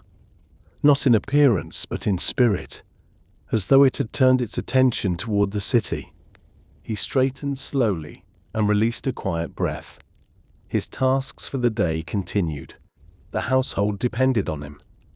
Yet even as he moved through the villa, completing each duty with care, a part of him remained focused on the distant slope. The mountain watched in silence. He watched it in return. Pompeii moved through the day with familiar grace. People laughed, worked, argued, and rested. The tremors faded from their conversations. Life returned to its steady rhythm. The slave continued his duties in calm silence, though a quiet knowing lingered within him. The earth spoke in ways most people did not hear. He heard it. He wished he knew how to make others listen. The morning passed through Pompeii with its usual warmth, and the early tremors faded into memory for most people. The city moved as it always had, carrying voices, footsteps, and the steady rhythm of daily life across its sunlit streets. Yet by midday, a subtle stillness settled over the sky. Birds flew lower than usual, cutting quiet arcs above rooftops before disappearing into the shelter of gardens and courtyards. The air held a faint dryness that people noticed only as an afterthought, a small shift in the usual breeze. It began with tiny grains drifting through the sunlight, so few at first that they blended with the dust kicked up by passing carts. A merchant near the forum looked up briefly when one of the grains touched his cheek. He brushed it away without thinking and continued arranging his goods. A child running through the street slowed for a moment, staring at the pale fleck that had landed on her arm. She rubbed it off and kept running. More grains followed. They floated gently, carried by the faintest currents of air. Their movement resembled snowflakes drifting through a winter morning, though the day remained warm and bright. Some people noticed the unusual nature of the particles. Others continued with their activities, unaware that anything had changed. A woman hanging laundry paused to examine a tiny ash grain on her fingertip. She looked towards the distant mountain and narrowed her eyes slightly, unsure what to make of it. In the courtyard of a modest villa, the girl who had felt the tremor earlier in the forum stepped outside with a pitcher of water. She walked toward the garden to fill a small bowl for the birds that visited each afternoon. As she lifted the pitcher, she saw a faint grey speck land on the surface of the water. The speck spread into a thin ring before sinking. She frowned and looked up. The sky above her appeared hazy in a way she had not noticed earlier. Light filtered through the haze in a soft, diffuse glow that made the day seem quieter. She held her hand out and watched as another grain drifted onto her palm. It left a faint trace of grey when she brushed it away. She walked to the edge of the courtyard and looked toward the mountain. A plume rose from the summit, more visible now than it had been in the morning. It climbed straight upward before thinning into the sky. She felt a small flutter in her chest as she watched it. The tremors from earlier returned to her mind with new clarity. The girl's mother stepped outside and joined her. She wiped a piece of ash from her daughter's shoulder and remarked that the mountain must be stirring again. Her voice held no fear. She spoke as though discussing an approaching change in the weather. The girl nodded, but continued watching the plume, unable to shake the quiet weight that rested inside her. Across the city, similar conversations took place. People noticed the ash and commented on it casually. Some wondered aloud if the mountain would send a larger tremor later in the day. Others joked about needing to cover their goods in the market. Children chased the drifting flecks, delighted by the way they danced in the air. A group of men near a public fountain paused their conversation when a faint shower of ash floated around them. One held out his hand and examined the tiny grey grains resting on his skin. He remarked that he had seen similar ash fall years ago, though he could not recall the exact occasion. His companion shrugged and continued discussing their plans for the afternoon. Life had taught them to accept the peculiar moods of the earth without alarm. In the garden of the villa where the slave worked, ash settled onto the leaves of the herb plants. He brushed a few grains aside and looked toward the mountain with quiet concern. The plume had grown thicker, though still not dramatic enough to draw widespread attention. The slave felt the earth waiting beneath the surface, holding something within it that had not yet revealed itself. He bent closer to the plants and examined the ash that clung to their leaves. It carried a faint, dry smell, unlike anything he had encountered before. The mountain's presence felt closer than ever. He sensed it in the air, in the subtle tension within the ground, and in the unusual stillness that seemed to gather between moments. He wished he could warn the household, though he knew his words would not find firm ground. People trusted the familiar. They believed the mountain's restlessness would pass. As the afternoon deepened, the ash grew more noticeable. The particles thickened slightly, drifting in slow spirals as they fell. In the forum, merchants covered their goods with cloths to keep the ash from settling on them. One man joked that the sky had grown tired of holding its dust and decided to share it with the rest of them. Laughter rose easily from those nearby. The poet sat in his usual corner of the forum and watched the ash fall with quiet fascination. He lifted his wax tablet and wrote a few lines describing the movement of the particles. To him, the ash resembled a gentle snowfall, though without the cold or the heaviness of winter. He found beauty in the strangeness of it. The falling ash gave the day a dreamlike quality, as though the city moved through a world touched by myth. He looked toward the mountain and narrowed his eyes. The plume rising from the summit carried a shape he had not seen before. It rose with more force, spreading in a faint column that blended into the haze. He traced the shape with his stylus in slow curves, unsure whether to interpret it as a warning or simply a reminder of nature's depth. Near the gladiator barracks, the fighters paused their training as the ash drifted into the courtyard. Some brushed it from their arms, while others squinted toward the sky. The older gladiator held his palm upward and watched the grains land softly. They left faint specks on his skin before sliding away as he moved. He looked toward the mountain with a calm expression, though he studied the plume more carefully than usual. Instinct guided his observations.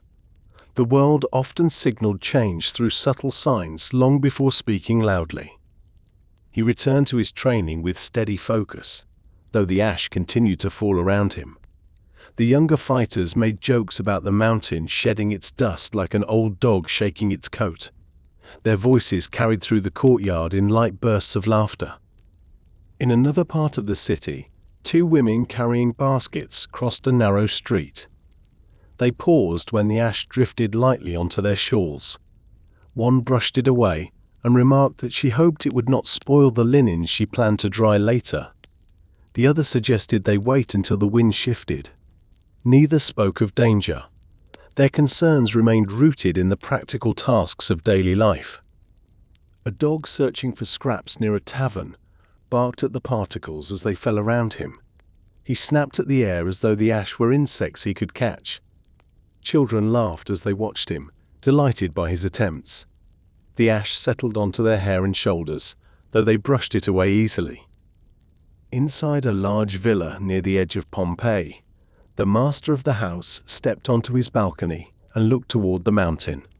He narrowed his eyes at the plume rising from the summit, but dismissed it after a moment. He had lived his entire life beneath the mountain's shadow. Ash had fallen before. Tremors had shaken the walls. Each time, life had continued. He stepped back inside and closed the balcony doors. Throughout the city, people grew accustomed to the ash falling around them. The unusual quality of the day softened into something ordinary through repetition. The ash fell lightly, never in heavy bursts. It coated the ground, the rooftops, and the leaves of trees in a thin layer that resembled frost. Many found it strangely beautiful. The girl from the earlier chapters stepped into the street once more, drawn by curiosity. She held her hands out and watched the ash settle. It landed on her fingers like a handful of tiny grey feathers. She turned her palms upward and let the grains gather before brushing them away. The air felt different now. It held a dry, faintly metallic scent that she could not identify. Her mother called to her from the doorway, asking her to come inside until the ash lightened. The girl obeyed, though she glanced toward the mountain again before stepping into the house. The plume had grown thicker, though she did not know enough to interpret its shape. She only knew it unsettled her. Inside a workshop near the eastern gate, a craftsman paused his chiseling when the ash drifted through the open doorway. He closed the shutters to prevent it from settling on his work. The sound of the shutters echoed briefly through the room before silence returned. He wiped his hands on his apron and stared at the thin layer of ash that had already gathered on the table. He shook his head and wondered aloud if the gods were restless. In the garden where the slave worked, he continued to watch the mountain closely. Something within him tightened as the ash fell. He touched the soil beneath the plants and felt a faint dryness that had not been there earlier. The herbs carried a thin coating of grey.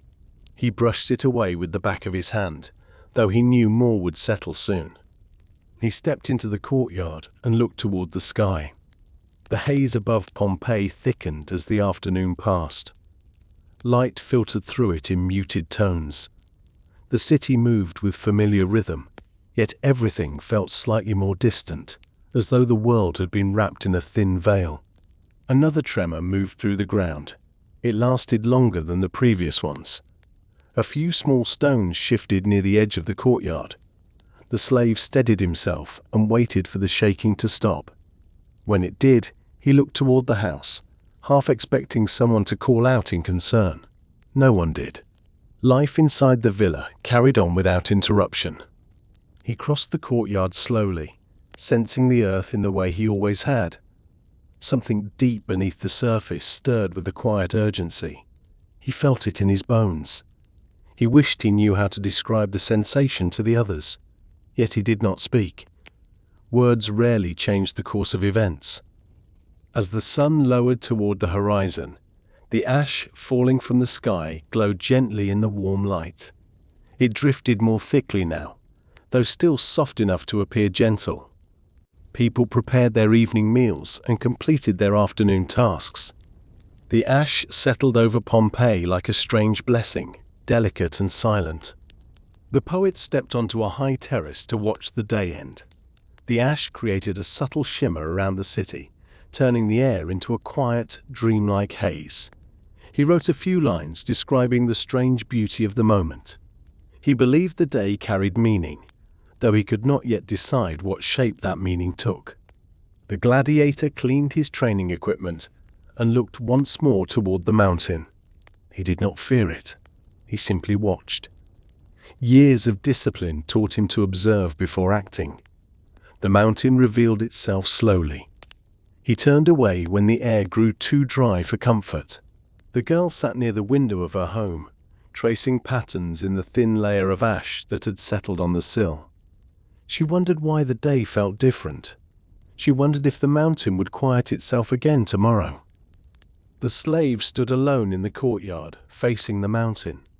The ash continued to fall around him, settling onto his arms and shoulders. He did not brush it away. He watched the plume rising from the summit.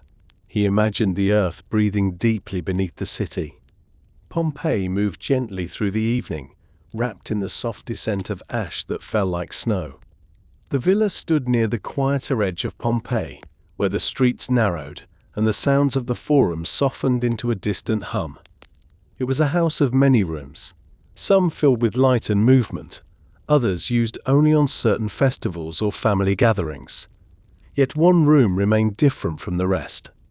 It stayed closed most of the time, tucked behind a painted corridor, known only to the household as the hidden room. Not forbidden, not secret in any dangerous sense, but preserved, protected, guarded by silence more than by locks. The family entered the villa that afternoon, carrying small traces of ash on their hair and shoulders. The thin grey grains drifted from their garments when they walked, settling onto the mosaic floor in scattered flecks.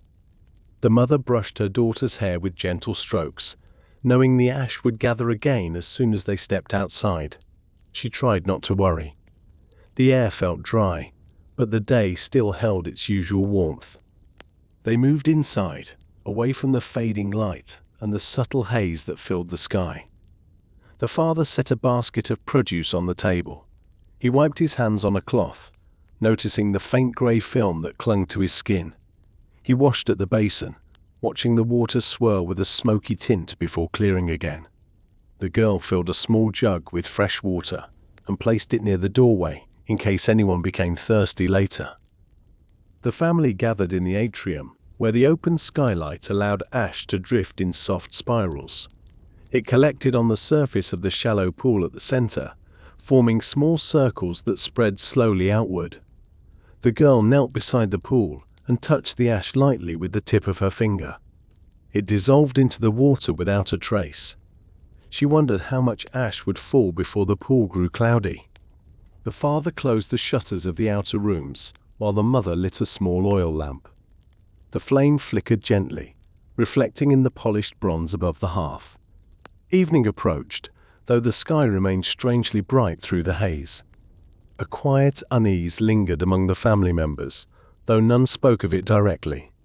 They felt it in the dryness of the air and in the faint tremors that had passed through the city earlier in the day. As the family prepared their evening meal, the mother paused near the corridor that led to the hidden room. She ran a hand along the painted wall where vines and birds had been carved in bright colors.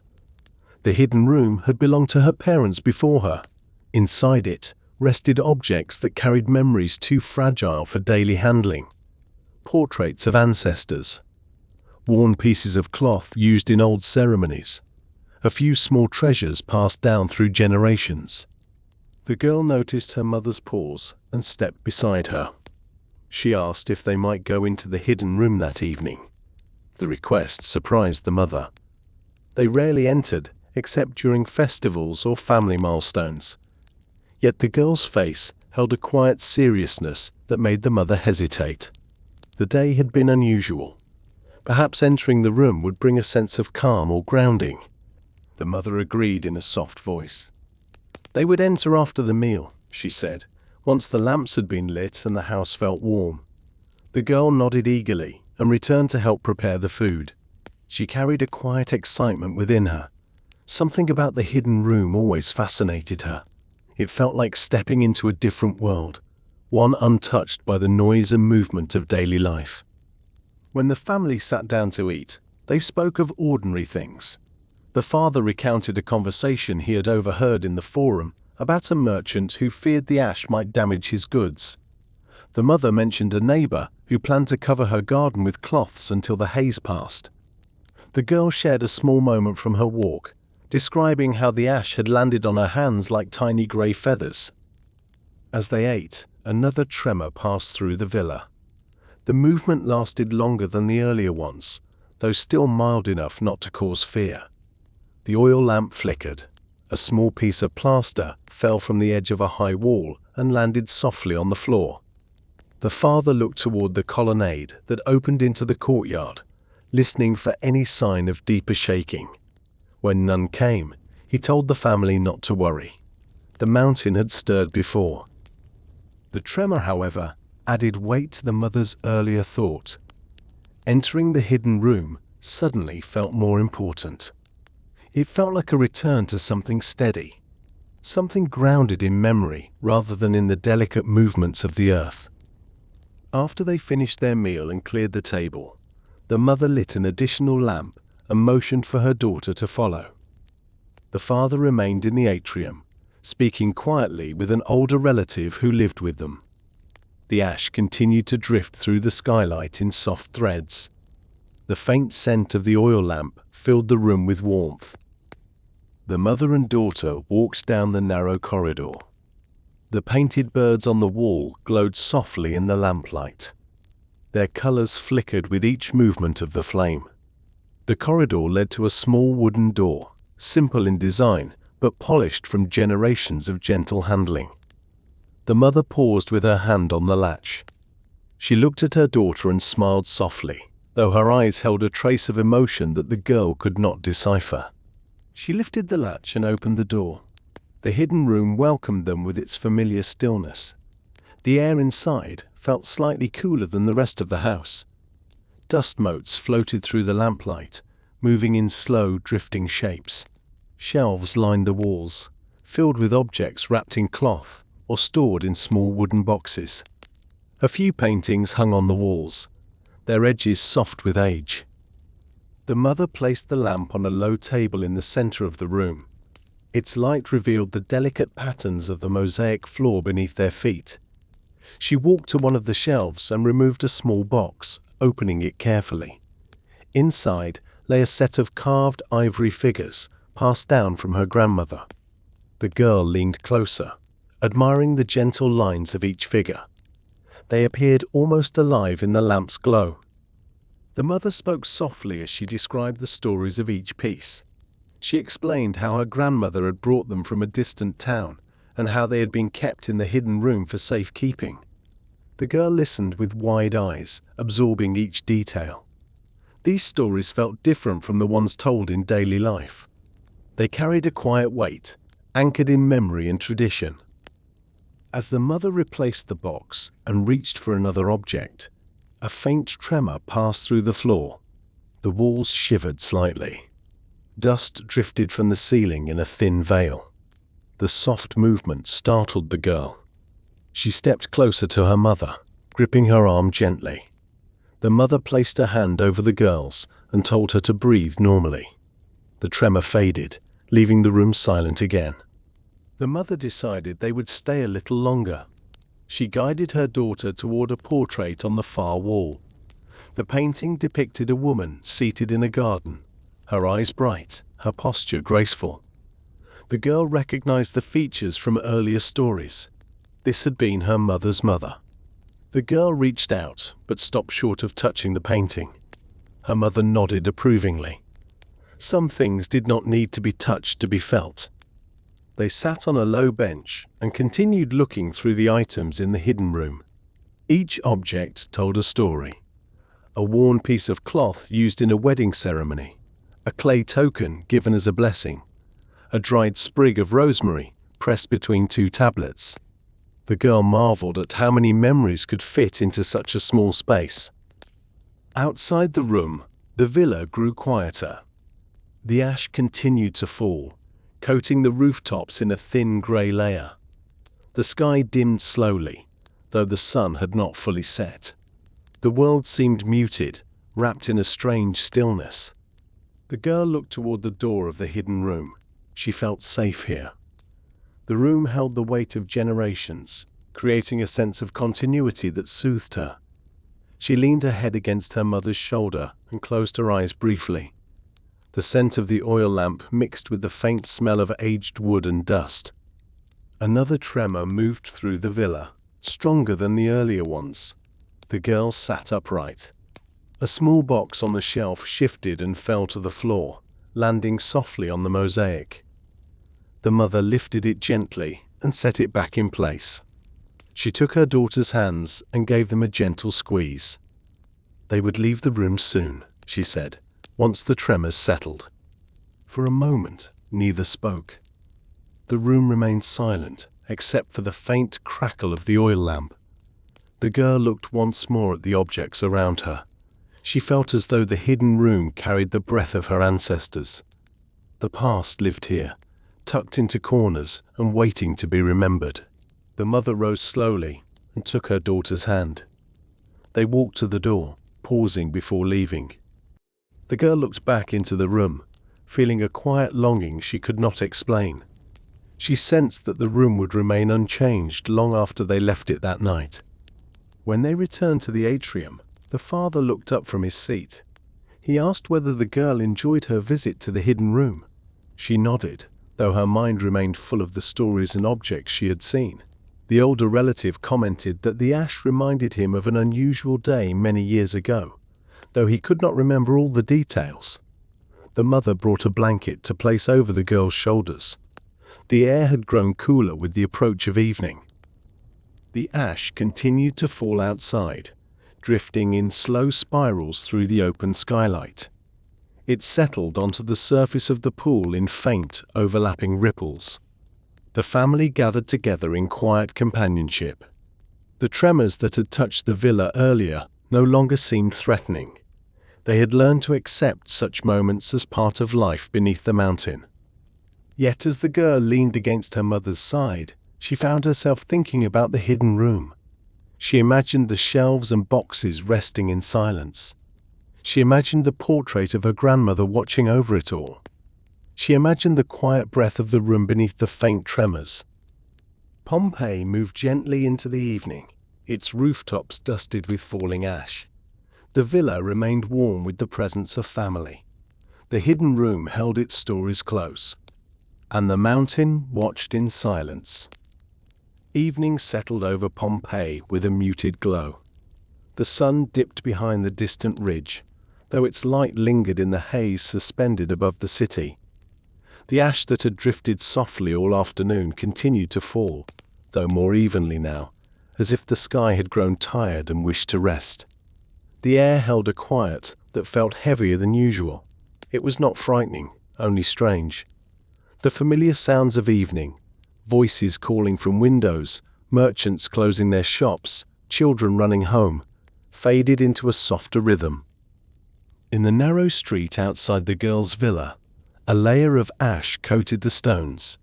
Footprints pressed shallow marks into the grey surface. Each print filled slowly as new grains drifted downward. A dog padded along the street and left a trail of paw prints behind him, though even those softened within moments. Lanterns glowed behind shutters, casting faint amber light into the haze. Inside the villa, the family finished their evening tasks. The father tightened the shutters to keep the ash from blowing inside. The mother set aside the last of the dishes and covered the remaining food. The girl sat near the small shelf that held her clay figurines, brushing a thin layer of ash from their heads. She touched each figure with care. The falling ash made her feel as though everything needed a gentler hand. The older relative wrapped himself in a blanket and took a seat near the hearth, though no fire burned there tonight. The air already felt warm. He listened to the faint sound of the courtyard fountain. The water still fell from its carved mouth, though the sound seemed smaller than usual, as if muffled by the thickening air. The slave carried a jug of fresh water into the room and set it on the table. He moved quietly, aware of the strange silence that had spread throughout the streets. Even the birds had grown unusually quiet. Their calls had faded into small, uncertain sounds. He looked towards the open doorway of the atrium and saw the ash drifting in slow spirals through the fading light. He watched the movement closely. Each grain fell with deliberate softness, creating a delicate web of grey that hung in the air before settling. Another tremor touched the villa. It slid through the stones with a slow, rolling motion. Objects on the shelves shook lightly. A cup tipped sideways and fell onto its side, though it did not break. The girl looked toward her mother, unsure whether to speak. The mother placed a reassuring hand on her daughter's shoulder. She told her not to worry. The tremors had come and gone all day. Yet beneath her calm words, the mother felt a subtle shift inside herself. Something in the tremor had felt different. Not stronger, but deeper.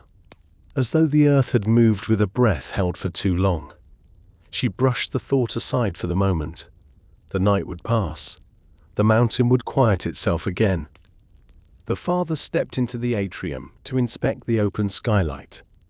The ash drifting down through it carried a faint shimmer in the lantern's light. It resembled snow in winter, though the air remained warm. He placed a hand on the edge of the pool. The water felt cool beneath the thin layer of ash. The pool rippled when another grain landed. The father stood still for a moment, absorbing the strange peace that filled the room. He called to the slave and asked him to bring cloths to cover the pool for the night. The slave obeyed immediately. When he returned, he draped 2 large cloths carefully over the water, watching as the ends floated lightly before settling. The father thanked him. The pool had always been a symbol of calm in the villa. He wished to keep it undisturbed. Beyond the villa, the city itself drew inward. People closed their doors earlier than usual. Markets that normally buzzed with late activity had grown quiet. A few merchants swept ash from their thresholds, though it returned as quickly as they brushed it away. Lanterns flickered in the haze, their light bending softly around the drifting grains. The poet walked home through streets that felt muted, as though wrapped in a soft blanket.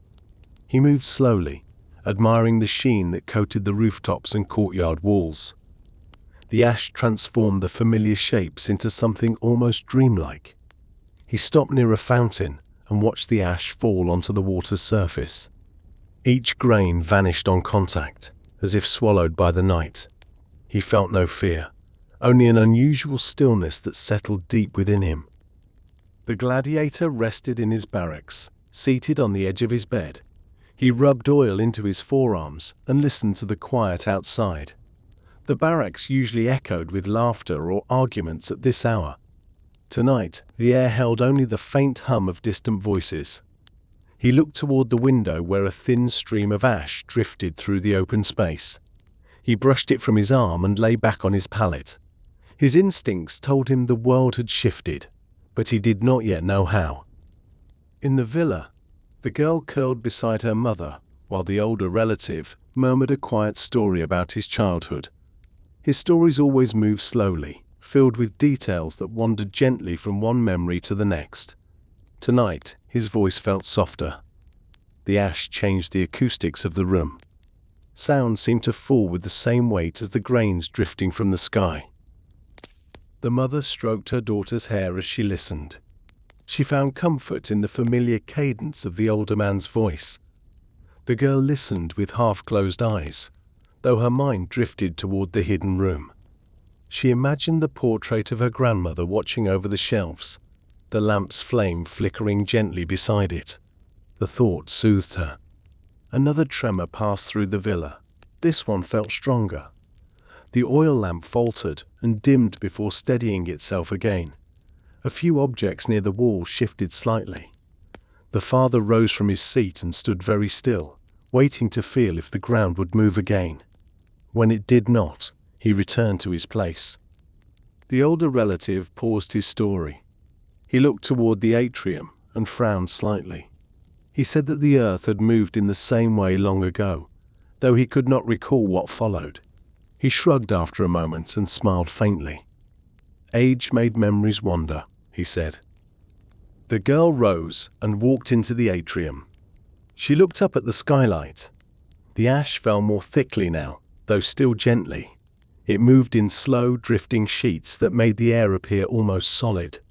She held out her hand and watched a few grains settle on her palm. They felt soft, almost weightless. She closed her fingers and let them fall away. The slave entered the atrium with a small broom to clear the walkway before night fully settled. He swept the thin layer of ash into small piles and carried them outside. When he returned, he paused to glance at the mountain. He could not see it clearly through the haze, but he sensed it. The tremors had grown more frequent. The falling ash carried a faint heat now, barely noticeable but present. He inhaled slowly. The air tasted different. He wanted to speak, but no words rose. Not warnings, not explanations. Only a deep, quiet understanding that something beneath the earth stirred with intention. The father approached him and asked if he needed help sweeping. The slave shook his head and assured him it was a simple task. The father nodded and returned inside, leaving the slave standing alone in the atrium for a moment. The falling ash coated his shoulders in a faint, silvery layer. He closed his eyes and felt the world breathe beneath him. Inside the room, the mother guided the girl back to her seat. The oil lamp flickered again as the wind shifted outside. The girl leaned against her mother's arm and whispered that she did not like the silence. The mother kissed her forehead and told her that silence was only the world resting. The girl was not sure she believed that, though she said nothing. The older relative resumed his story. His voice softened further, as though the dust in the air absorbed the edges of every sound. The girl listened to the slow cadence, though her mind wandered again to the hidden room. She imagined the shelves shifting with the tremors. She imagined the objects whispering their stories to one another in the quiet. As night fell completely, the city of Pompeii slipped into a strange stillness. Not a fearful one. Not yet. More like the hush that comes before sleep. The ash continued to drift, now lit only by lanterns and small household fires. It created faint halos around the lights, as though each flame wore a soft grey crown. People settled into their homes, expecting the night to pass like any other. A few spoke of the tremors in hushed tones. Some wondered if the mountain would quiet itself by morning. Most believed it would. The mountain had always returned to rest. The villa grew quiet. The father checked the shutters one last time. The mother led the girl to her sleeping mat and pulled a blanket over her. The older relative lay near the hearth and closed his eyes. The slave settled in his corner, though he remained awake for a long time, listening to the sounds beneath the quiet. He felt the earth shift again, though no one else stirred. The movement was deeper this time, a long, low sigh rising from the world itself. He placed his hand on the floor and felt the faint vibration echo through his bones. He looked toward the mountain through the courtyard doorway, though only darkness and haze filled the sky. The ash continued to fall with patient persistence. The city breathed beneath it. The tremors paused. Silence stretched through every street, every courtyard, every room. The dust settled, and the night held its breath. Night deepened over Pompeii, cloaking the city in a muted hush shaped by drifting ash and distant murmurs of the earth. The streets, once alive with the pulse of daily life, lay softened beneath a thin blanket of grey. Lanterns flickered behind closed shutters, each small flame struggling against the thickened air. Through the haze, only a few lights remained visible, glowing faintly like scattered stars caught too low in the sky. Inside a small temple near the heart of the city, a priest tended the sacred flame that burned beside the altar of Vesta. The lamp had been lit before dusk and remained steady despite the tremors that had stirred through the evening. Its flame danced with a soft persistence, refusing to dim even as ash settled around it. The priest moved with deliberate care. He refilled the oil, adjusted the wick, and whispered a quiet prayer meant to soothe both gods and people. The temple itself felt different tonight. The air carried a dryness that clung to the stone walls.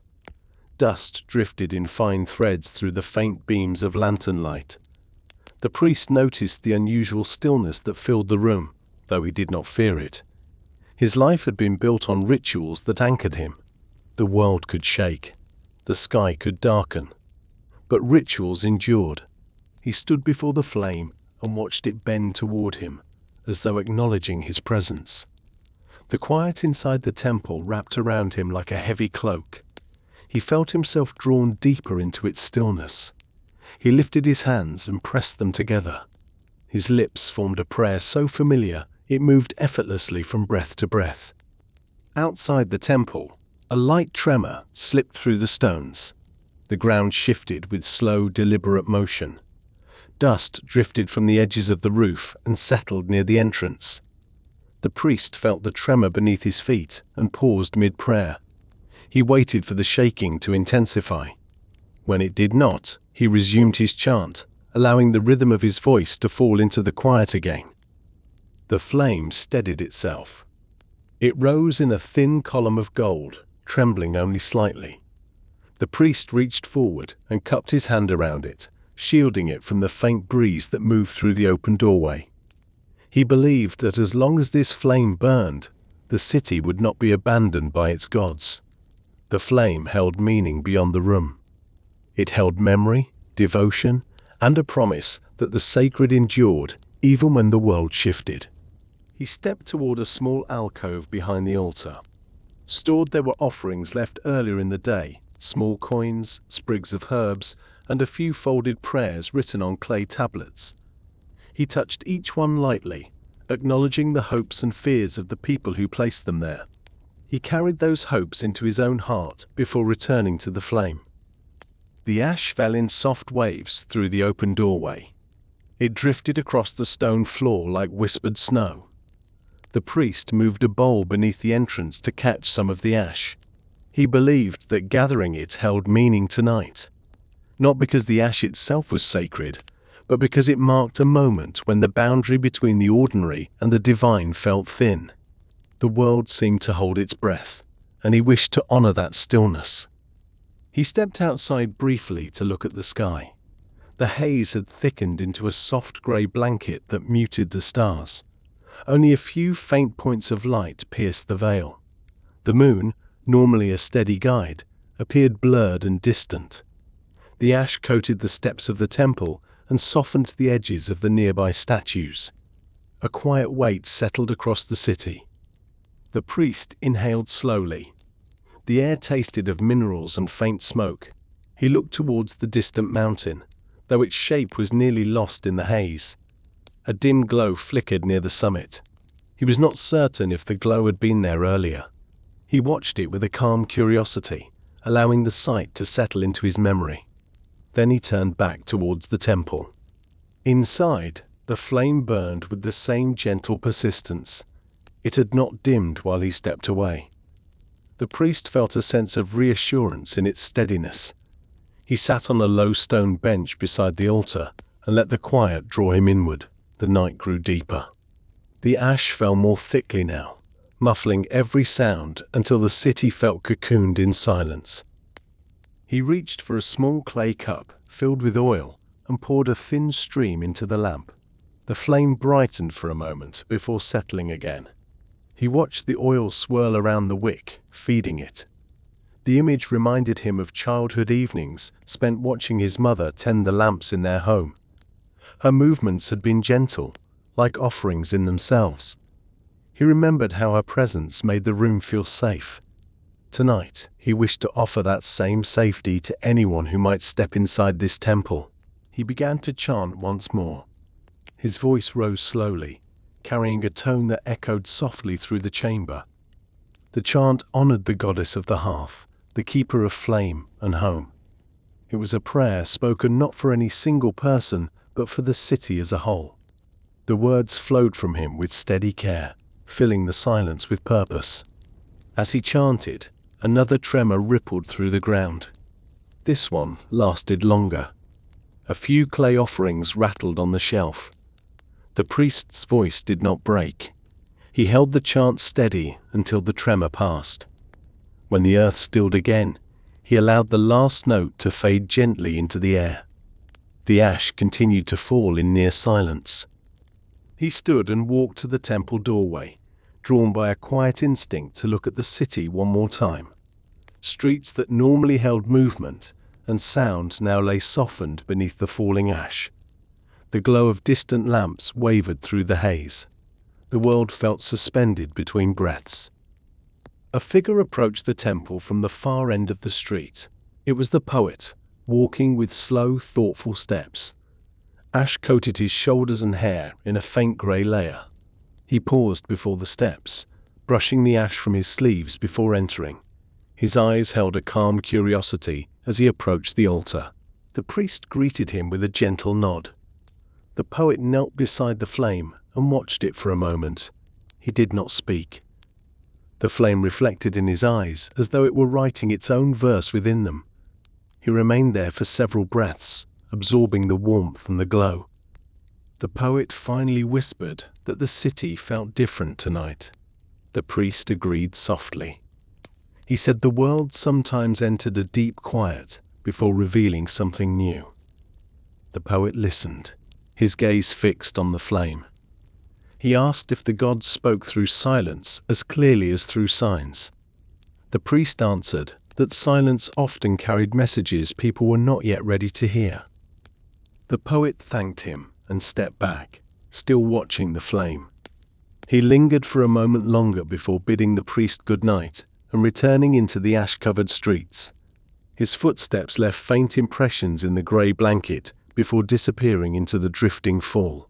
The priest remained near the doorway until the poet vanished into the haze. He listened to the sound of the ash brushing softly against the stone steps. Then he closed the door halfway to shield the flame from the cold breath that swept down the street. He returned to the altar, knelt, and bowed his head. The flame flickered in response.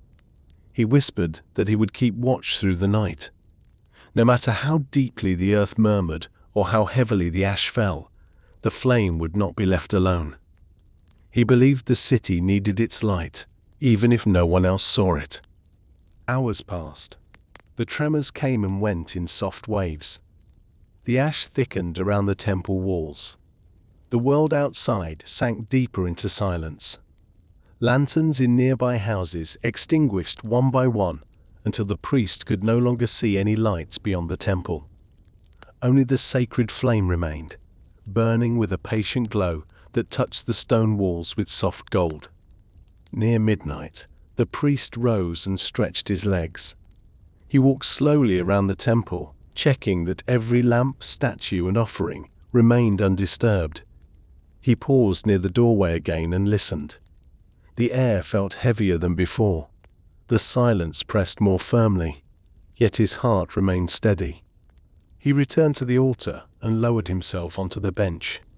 His eyes lingered on the flame. Its gentle movement soothed him. It reminded him that even in uncertain hours, something could remain constant. Something could continue to shine. He leaned forward and whispered another prayer. It asked not for protection or for mercy, but for clarity. He asked to understand what the world wished to reveal. He asked to be worthy of the silence he now kept company with. The ash drifted around him. The tremors quieted. The flame stood steady. In a city wrapped in uneasy stillness, one lamp still burned. Night stretched deeper over Pompeii, wrapping the city in a thick, muted veil. Ash continued to fall with unwavering patience, settling over rooftops, courtyards, and streets with the softness of a long-awaited snowfall. It gathered in quiet layers that blurred the edges of familiar shapes. Statues appeared gentler beneath the dust. Roof tiles muted their usual sheen. Even the sharp corners of doors and walls softened, as though the city itself were drifting toward sleep. The tremors had grown sporadic as the night progressed. Hours passed between each gentle shift of the earth. Some tremors barely stirred the lamps. Others caused a faint vibration in jars or bowls left near the edge of tables. Yet none brought panic. The silence between them carried a strange lull, as though the world waited in collective breath. In the girls' villa, the family rested in their rooms. The father slept lightly, stirring at each minor tremor, but drifting back into stillness when the earth quieted again. The mother lay beside her daughter, one hand resting protectively across the girl's back. The older relative snored softly near the hearth, wrapped in his blanket. The slave remained awake in his small corner, sensing each shift beneath the floor before it reached the others. His eyes stayed open, adjusting to the dim glow of the ash-muted night. He rose quietly and stepped into the atrium. The covered pool lay beneath two cloths, the fabric rising and falling slightly with the faint movements of air. He lifted the corner of one cloth and peered into the water. A thin layer of ash floated just beneath the surface, captured during the moments before the pool was covered. The water seemed darker than usual, though it remained still. He looked upward at the skylight. The ash falling through it appeared thicker now. Each grain glowed faintly as it drifted past the lantern light. He placed his hand on the edge of the pool and felt a tremor slide through the floor. This one lasted longer. It pulsed slowly, like the heartbeat of a giant sleeping deep beneath the earth. The tremor faded and left an echo of warmth in the stone. He returned to his corner, though sleep did not come.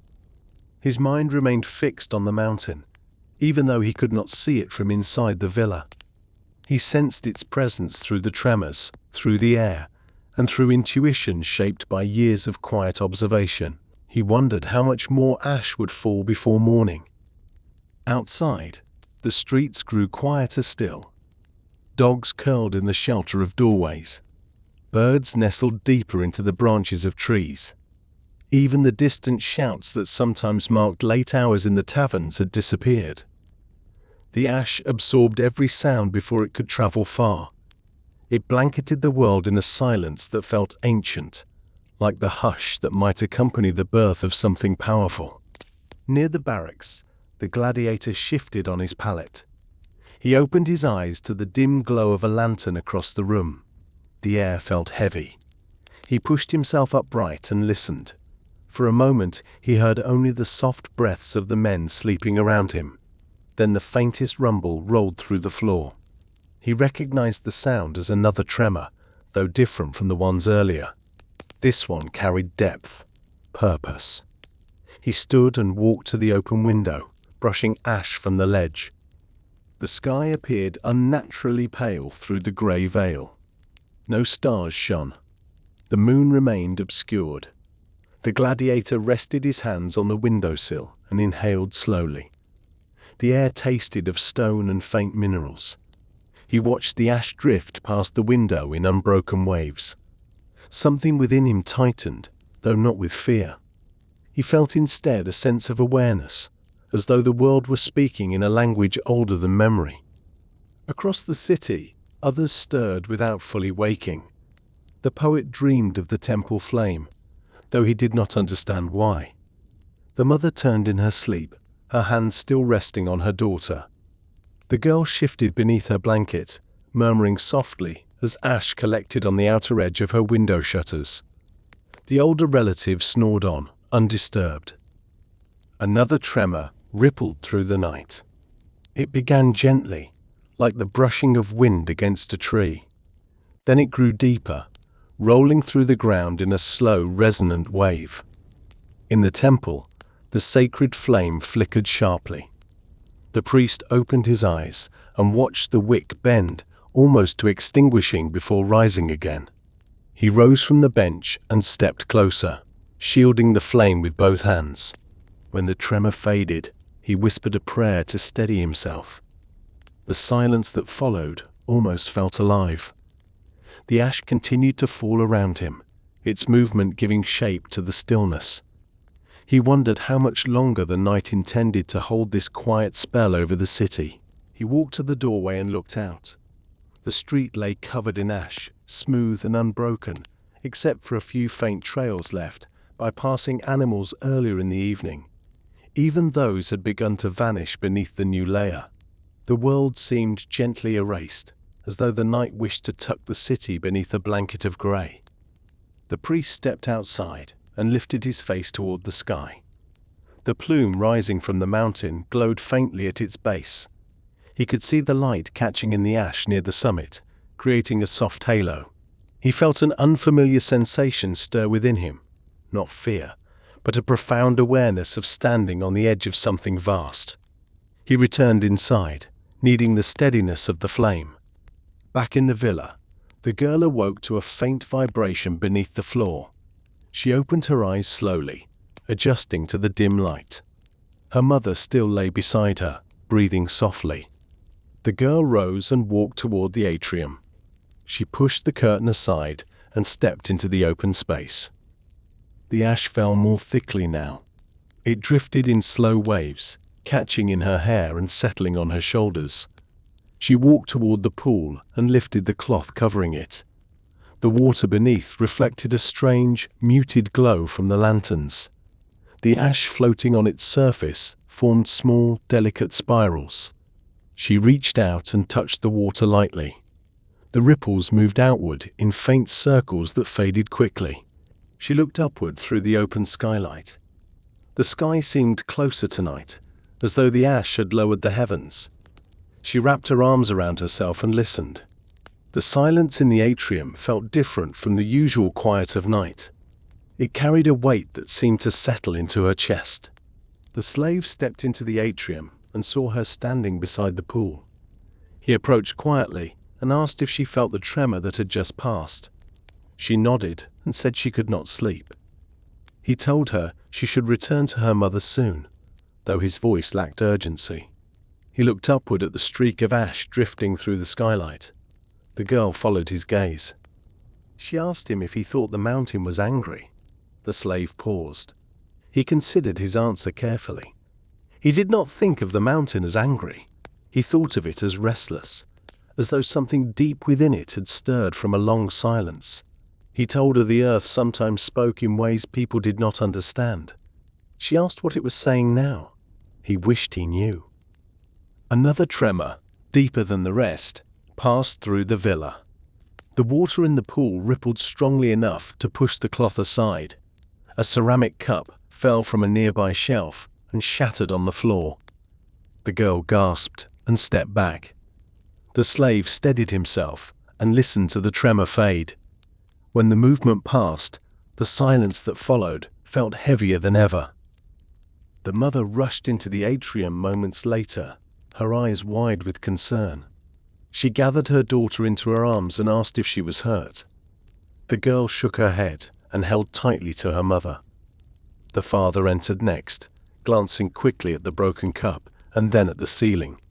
He inhaled slowly, trying to read the tremor through memory alone. He had felt many in his life, but this one had carried a depth he could not interpret. He instructed the slave to close the curtains and bring more lamps. The slave obeyed, though he felt uncertain what difference the lamps would make. The air itself seemed to pulse with a quiet intensity. Still, he carried the lamps into the room and lit them one by one, their flames glowing softly through the haze. The family gathered together in the atrium. They remained close, each taking comfort in the presence of the others. The older relative watched the ash drift through the skylight and murmured that the world had grown unusually quiet. He said it reminded him of a night long ago when the earth had shifted beneath his childhood home. He could not remember what followed. His memory blurred around the edges. The girl leaned her head against her mother's side and asked again if the mountain would calm itself by morning. The mother stroked her hair and said she hoped so. The father remained silent. He looked toward the doorway that led to the street and wondered how the rest of the city fared beneath the falling ash. Another tremor shook the villa, not as strong as the previous one, but longer. The lamps flickered. Dust drifted from the rafters in a soft cloud. The family held their breath until the movement passed. When stillness returned, it carried a strange calm. Not relief, but acceptance, as though the world itself had settled into a pause. The slave stepped toward the pool and covered it again. He touched the stone floor and closed his eyes. The tremors told him something the others could not hear. Not words, not warnings, only the sense that the earth prepared to speak more clearly. He stood and looked around the room. The family sat in quiet clusters, their faces lit by the soft glow of the lamps. The ash drifted endlessly. The tremors slowed. The silence deepened. Beyond the villa walls, the city of Pompeii slept beneath a growing shroud of ash. Courtyards lay still, their fountains dimmed beneath grey shadows. Market stalls that had stood lively at dawn now rested under soft white blankets. Roof tiles dulled beneath the weight of falling dust. Streets stretched through the city like muted rivers of stone. The priest in the temple, whispered another prayer beside the sacred flame. The gladiator leaned against the window of the barracks, watching the ash drift into the night. The poet rested near his shuttered window, dreaming of a world softened into silence. Children everywhere curled beneath blankets, while parents held their breath between tremors. Deep beneath the earth, something shifted. A slow, rising murmur, a long-held breath released into darkness. Above, the city lay quiet. And beneath the ash, voices slept.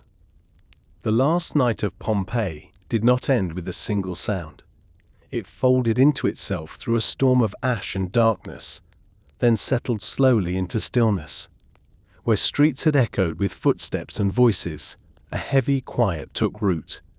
Where fountains had sung and markets had called, only dust remained. Layers of ash and stone fell in waves, settling over roofs and courtyards, filling doorways, covering mosaics that had once shone in the light of morning. When the final clouds of ash drifted away and the sky cleared, the city lay hidden beneath a hardened blanket of grey. Rooflines had vanished. Statues slept beneath stone. Columns that had once framed the Forum stood buried to their capitals. The world above changed its rhythm, while below the new surface, Pompeii rested in a silence deeper than any it had ever known. The first day after the city disappeared rose like any other day in the wider world. The sun climbed into the sky and spread light across the land. Birds flew over the slopes of the mountain, though fewer than before. They circled in the air, uncertain, then continued on to other places. The sea still curled against the shore. Waves kept their steady pattern, unaware of the city now resting beneath the ash. Rain came next. At first, it fell in a light drizzle, touching the fresh blanket of ash with small points of dark. Each drop sank and disappeared, leaving faint spots that soon blurred together.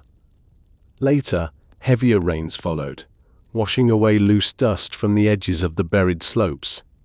The ash drank the water and hardened in places, forming a shell over the world that lay beneath.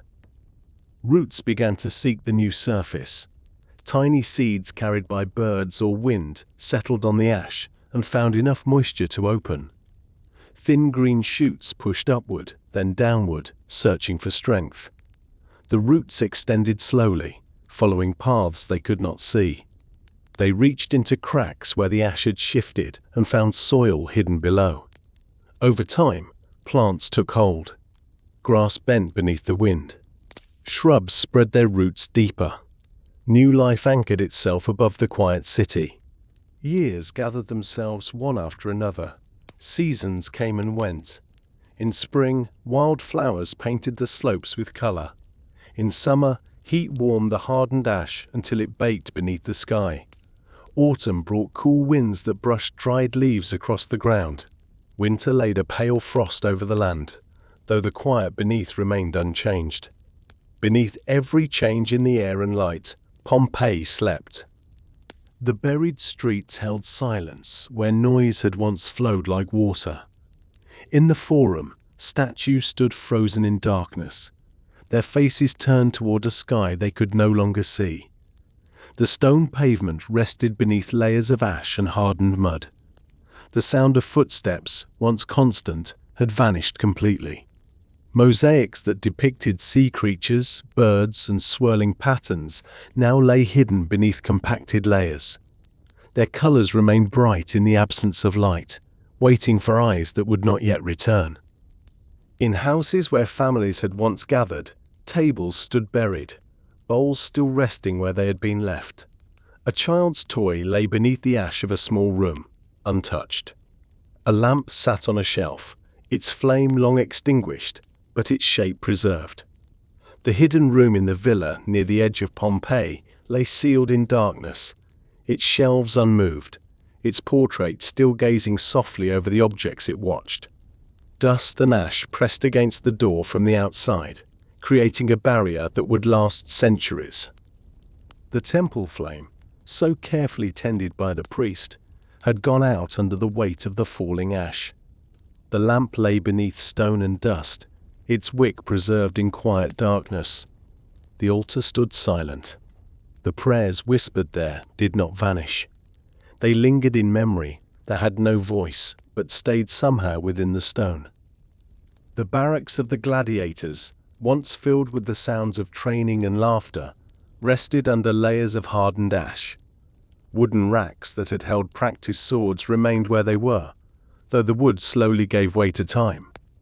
The courtyard, once marked by the impressions of countless feet, held no new footsteps. Instead, roots began to thread downward from above, weaving a new pattern across the old stones. Centuries passed. The people who had once spoken of Pompeii grew old and died. Their children and grandchildren spoke less often of the city. Stories blurred, then drifted into myth. Some said a great fire had taken the town. Others spoke of gods who had claimed it. The truth sank with the city, resting beneath the earth. Above, new villages rose and fell along the coast. Roads shifted, borders changed, empires emerged, stretched themselves across the land, and then faded. The sea bore witness to passing ships of many shapes and flags. Languages shifted, names for the land changed. Yet beneath all of these movements, Pompeii remained still. The mountain itself changed its silhouette over the centuries. Rains cut channels along its slopes. New plants grew on its sides. Animals moved across it.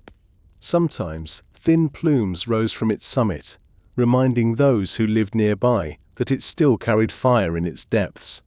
People learned to watch it with cautious respect. They built their villages at safer distances, though not all remembered why. The silence in the buried city deepened, but did not feel empty.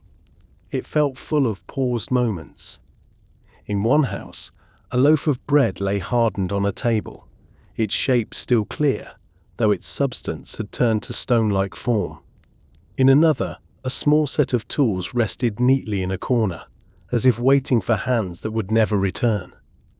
In a workshop, amphorae lined the walls with their sealed mouths facing outward. Their contents rested in darkness, untouched. In the garden where the slave had tended herbs and small trees, the rows lay beneath the ash, frozen in their last moment of life. Leaves that had once trembled in the wind had been folded into the layers, leaving faint impressions. The fountain in the courtyard sat silent, its carved face buried. The water that had once flowed there found new paths through the earth, leaving the basin dry. Time moved onward with a patient stride. 1,000 years passed, then more. Above the hidden city, fields stretched across the land. Farmers walked over the buried streets without knowing what lay below. Their plows marked shallow lines in the soil, slicing through layers that had once been air. Seeds fell into furrows that ran along the old lines of Pompeii's roads. Grain grew where voices had once gathered. The world beyond changed in ways the sleeping city could not see. New beliefs spread. Old gods faded from people's thoughts. New languages echoed in markets and along new roads. In distant lands, great buildings rose, and knowledge shifted like the tides. None of this disturbed the quiet beneath the ash. If someone had stood above the buried forum and listened very carefully, they would have heard only the wind. It moved across the fields and through the grass, whispering to itself. Rain tapped gently against the surface, then seeped into the layers below. The roots of plants deepened, tracing new paths among old walls. Stones settled a little more with each passing year. And yet, inside the city, objects waited with a patience beyond understanding. The painted walls guarded their colors. The mosaics held their patterns. A ring left on a windowsill remained in place, undisturbed. A stylus lay beside a fallen wax tablet. The carved figures in the hidden room in the villa remained just as they had been, wrapped in cloth, resting in the dark. Centuries later, people began telling more stories of cities swallowed by the earth. Scholars in distant towns wrote of ancient places lost to fire and ash. Travelers stood on the slopes of the mountain and wondered what had once stood beneath their feet. Curiosity stirred, faint at first, then growing slowly as knowledge spread. Still, the city remained asleep. The silence that held Pompeii was not cruel. It carried its own kind of gentleness. Nothing disturbed the final expressions left on faces, the last positions of hands, the arrangement of tables and chairs. Life had been paused in the middle of motion. Families remained together in the spaces where they had gathered. The hidden room remained closed, its door sealed by the weight of ash. The portrait on the wall looked into the darkness with the same steady gaze. The long stretch of time that followed did not feel like absence. It felt more like a long inhalation held by the earth. The buried city became part of the deeper world, wrapped in layers of stone and memory. Its streets no longer met the sky. Its roofs no longer caught the sun. Yet nothing erased it completely. Then, after almost 2,000 years, hands reached down into the silence. It began with small disturbances. People digging for foundations or searching for stone struck something harder than they expected. Tools rang against old walls buried far below the surface. Farmers unearthed fragments of pottery that bore delicate patterns. The pieces did not match the style of their own time. They belonged to another age. Curiosity returned in a new form. Men with tools and careful eyes began to dig with intention. They followed the edges of buried walls, uncovering corners and doorways that had not seen light since the ash fell. The hardened layers resisted at first, then gave way beneath patient effort. The earth began to release its hold. Dust rose into the air, mingling with the newer soil above. Light filtered down into spaces that had known only darkness for centuries. The first rays of sun touched mosaics that shone as vividly as the day they were laid. Colors that had slept beneath the gray opened themselves once more. In the forum, stones emerged one by one. Statues reappeared, their features worn slightly, yet still recognizable. Builders and scholars stood in awe as the shape of a city took form beneath their hands. Streets aligned. Houses connected. Fountains revealed themselves. The name of Pompeii returned to people's lips with wonder. Inside the villa near the edge of the city, walls emerged from the ash in careful stages. Rooms appeared, their floors intact, their decorations vivid. A doorway, long sealed, finally gave way. Behind it lay the hidden room. The portraits still hung on the wall, the shelves still stood, the objects still rested where the family had left them. Dust rose in a small cloud as fresh air entered for the first time in almost 2,000 years. The archaeologists who stepped into the hidden room carried their own kind of reverence. They spoke in hushed tones, not out of fear, but from a deep respect for what they saw. It felt as though they had walked into a memory that had waited patiently. All across the city, rooms opened to the light. The temple re-emerged, revealing the place where the sacred flame had once burned. The barracks of the gladiators appeared, their courtyard marked by worn stone. The bakeries, the shops, the taverns, the gardens, all returned to view. Once again, people walked the streets of Pompeii, though now they came from distant lands and different centuries. The silence that had held the city did not vanish. It changed. The city no longer slept unseen. It rested in a new kind of stillness, watched by eyes that sought to understand rather than to live within it. The voices that had once filled the streets did not return as sound, yet traces of them lingered in every object, every doorway, every footprint preserved in ash. 2,000 years had passed. Time had moved forward in unbroken steps. Yet for the city beneath the ash, the pause between one day and the next had stretched across centuries. When light finally returned, it revealed not a ruin alone, but a moment held whole. Pompeii rose once more into the world, not as it had been, but as a memory made visible. The silence that had covered it for so long did not feel empty now. It felt like a long-held breath, finally released. The rediscovery of Pompeii did not begin with a thunderous announcement or a sudden revelation. It began quietly, with the scrape of a metal shovel against hardened earth, a sound so ordinary that it could have belonged to any field, any road, any hillside. Yet here, on the slopes above the forgotten city, that simple sound became the opening note to a long-buried story returning to the world. The man who held the shovel worked as a laborer. He had no expectation of uncovering anything remarkable. His task had been simple: clear a patch of land so that his employer could extend a vineyard.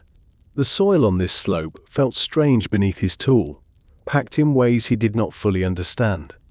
When he struck something solid, something that rang faintly under metal, he paused. He knelt and brushed the dirt aside with his hand. Beneath the thin layer of soil lay a rounded surface, smoother than stone shaped by nature. He scraped again. More of the curve appeared, then a second curve. Soon he realized he had uncovered the top of an old wall. He called to the others working nearby, and together they cleared the soil inch by inch. They uncovered a line of stones that cut through the hillside with purpose, stones that had once belonged to a building, a buried structure, a doorway hidden beneath time. The men exchanged uncertain glances. They had uncovered ruins before, small fragments of older times scattered across the land. But something about this felt different. The stones bore marks of careful craftsmanship. The edges were clean beneath the soil, as though preserved in silence rather than worn by wind. Word reached their employer, who arrived with a mixture of curiosity and skepticism. He examined the stones, touched the surface, and called for more workers. Soon a small group gathered with tools and torches. They began digging more carefully now, scraping away the earth with patience. The hillside shifted beneath their hands, releasing dust that had not seen daylight for many centuries. As they dug deeper, the outline of a room appeared. Its walls rose from the earth with surprising clarity. The first opening emerged, a doorway sealed by hardened ash and rock. When they cleared enough to look inside, their torches illuminated a space preserved in remarkable detail. A table lay overturned. Clay bowls rested intact on the floor. A painted wall emerged through the dust, its colors faint but still visible: red, ochre, soft blue. Someone whispered a prayer. Another crossed himself. The silence inside the uncovered room felt thick and undisturbed, as though the moment had been waiting patiently for them. More days passed. The excavation widened. The earth gave way to reveal more walls, more rooms, more colors. It became clear that they had not discovered an isolated house. They had found the edge of a buried city. Scholars arrived from nearby towns, drawn by the early reports. They inspected the uncovered structures with meticulous eyes and hurried voices. This was no ordinary ruin, they said. This was something older, something preserved with uncanny precision, something held together by the force of the very disaster that had destroyed it. With each passing day, more of Pompeii emerged. Streets revealed themselves beneath layers of ash, narrow alleys lined with walls that rose steadily as the earth was removed, doorways that led to rooms still containing tools, lamps, jars. Mosaics reappeared beneath the dust with startling brightness, their colors untouched by the sun for centuries. Scholars knelt beside them, brushing ash away with gentle strokes as though waking a sleeping creature. The first fresco uncovered in full caused the men to pause in collective wonder. It depicted a scene from mythology, bright, vivid, and almost perfectly preserved. The figures seemed alive beneath the thin film of dust. The colors held depth no one expected. Time had sealed them so well that even the smallest details remained intact. News spread across the region. People traveled to see the rediscovered city. Some came with reverence, others came with curiosity.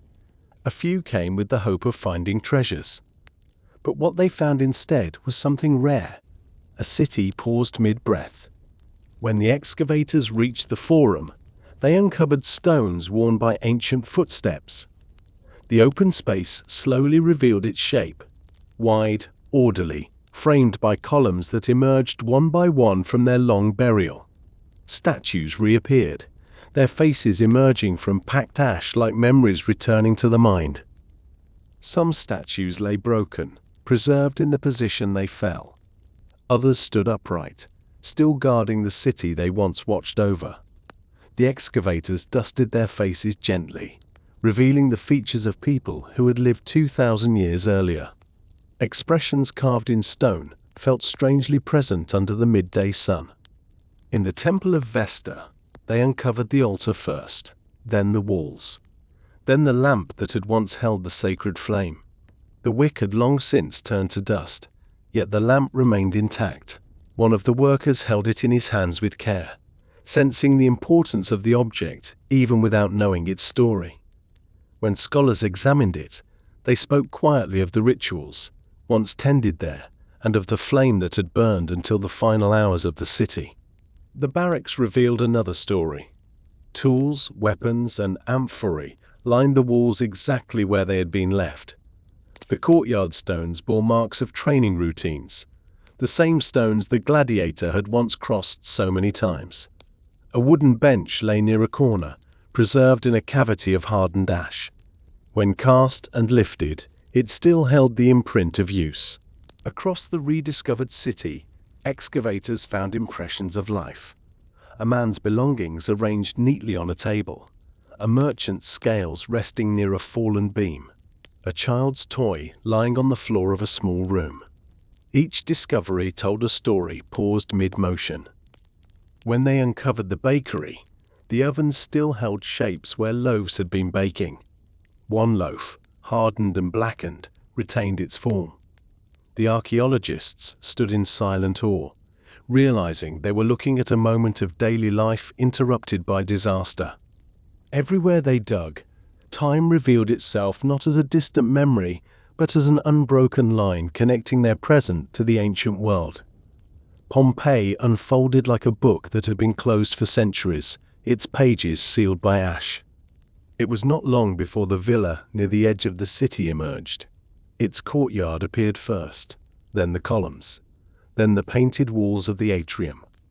When the excavators uncovered the room where the family once slept, they found remnants of lamps, pottery, and decorative tiles. A blanket lay preserved beneath the ash, its folds still recognizable. The excavators noticed a corridor painted with vines and birds. One of the men followed it to a sealed doorway. The hardened ash around the door made it difficult to open, but they worked patiently, removing the layers with careful strokes. When they finally broke through, the air inside shifted softly, as if releasing a breath held for centuries. The hidden room revealed itself with a gentle stillness. Shelves lined the walls, holding carved figures wrapped in cloth. A portrait hung above the central shelf, its colors muted but intact. The archaeologists stepped inside with respectful silence. Their lanterns illuminated the objects, casting soft shadows against the walls. A scholar examined the portrait closely. The face of the woman gazed back with calm expression. Her eyes captured a warmth that transcended time. The scholar felt as though he had entered a private memory. He whispered that the room had been untouched since the last moments of Pompeii. In another part of the city, workers uncovered a cluster of clay tablets in a small house. One of the tablets bore the impression of a stylus left in haste. The scholars realized the poet of Pompeii had likely set his tablet down moments before the world darkened. His words remained invisible, sealed into the impressions he never erased. The Temple of Isis revealed murals so vivid that the excavators felt they stepped into a painted world. The colors had not faded. Scenes of ritual and devotion covered the walls. The scholars who entered bowed their heads instinctively, as though entering sacred space. One of the most striking discoveries arrived unexpectedly. While removing hardened ash from a small side street, a worker noticed a hollow space within the layers. He tapped gently and heard a faint echo. The archaeologist realized that the ash had formed a cavity around a body long since decayed. By pouring plaster into the hollow space, they could capture the form that had once filled it. The first cast revealed the shape of a person curled on their side, arms drawn close, frozen in their final moment. The cast bore details the ash had preserved: folds of clothing, the position of fingers, the curve of a back.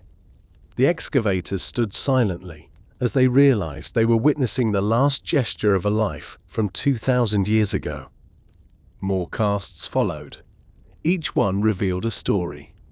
A mother shielding her child. A man clutching a small bundle. A dog lying curled near a doorway. The city that had once lived so vibrantly now revealed the quiet truth of its final hours through these shapes. The world responded with awe.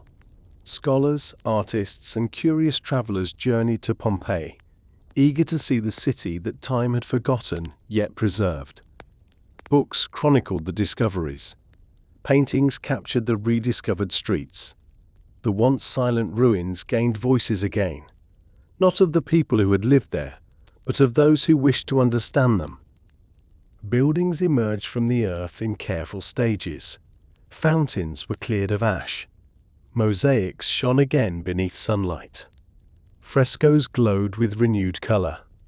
Pompeii returned to the world not as a living city, but as a memory laid bare. Through it all, the mountains stood in the distance, watching silently as its buried city awakened. Light fell into places that had known only darkness. Footsteps returned to streets that had been empty for centuries. Whispers of the past stirred softly in the dust. The first shovel of light had broken the silence, and Pompeii, patient and preserved, opened its eyes once more. Pompeii does not speak in the way living cities do. It does not echo with footsteps or the rhythm of market stalls opening at dawn. It no longer carries the warm voices of bakers and poets or the rising call of merchants greeting the day. Instead, it speaks through what it left behind. Quiet clues placed in the layers of ash, like messages written into time itself. The city rests in silence, yet those who walk its streets today sense a different kind of presence. Not noise, not movement. Something softer, something waiting. When visitors enter Pompeii now, the first thing they often notice is the stillness. Wind moves between the stones. Birds call overhead. Yet the space itself feels suspended between moments, as though the city lives in a pause that never fully ended. The air carries the faint scent of dust and sun-warmed stone. Light falls through the remnants of doorways, illuminating rooms that once held the ordinary rhythms of daily life. Nothing moves, yet everything feels alive.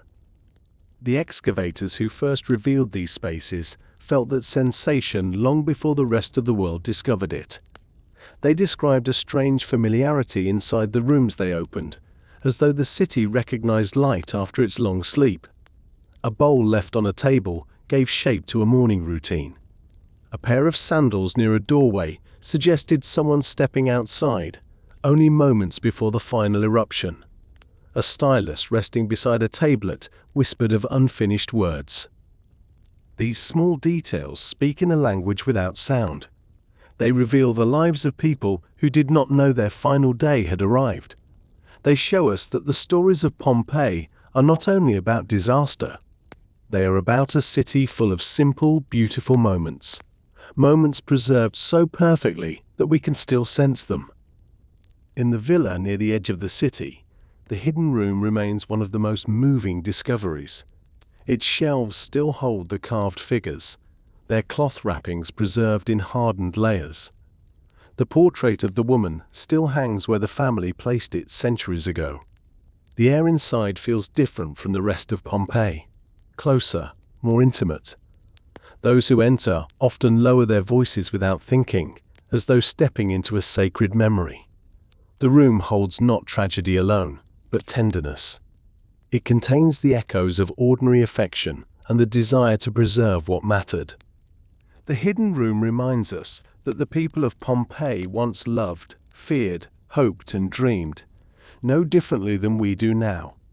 Their lives were full of routine and ritual, laughter and frustration, quiet work and small joys. The ash did not erase these things. It sealed them into the earth, so that future generations might find them again. The cast forms of the final moments reveal another kind of voice. They do not show despair alone, as many expect. Some show calm, some show protection. A mother's arm around her child. A man curled with his belongings, as if trying to carry his life into the unknown. A dog resting in the only comfort it knew. These forms speak not of the violence of the moment, but of the humanity within it. When people stand before these casts, they often grow quiet. The silence that rises is respectful rather than fearful.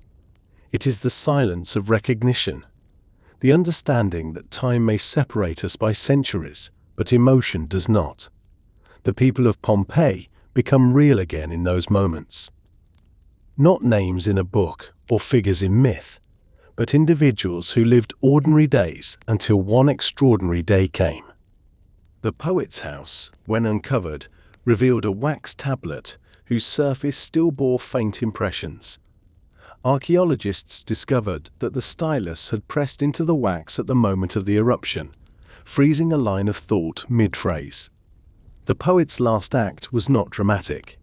It was simply the act of noticing the world, something he had always done.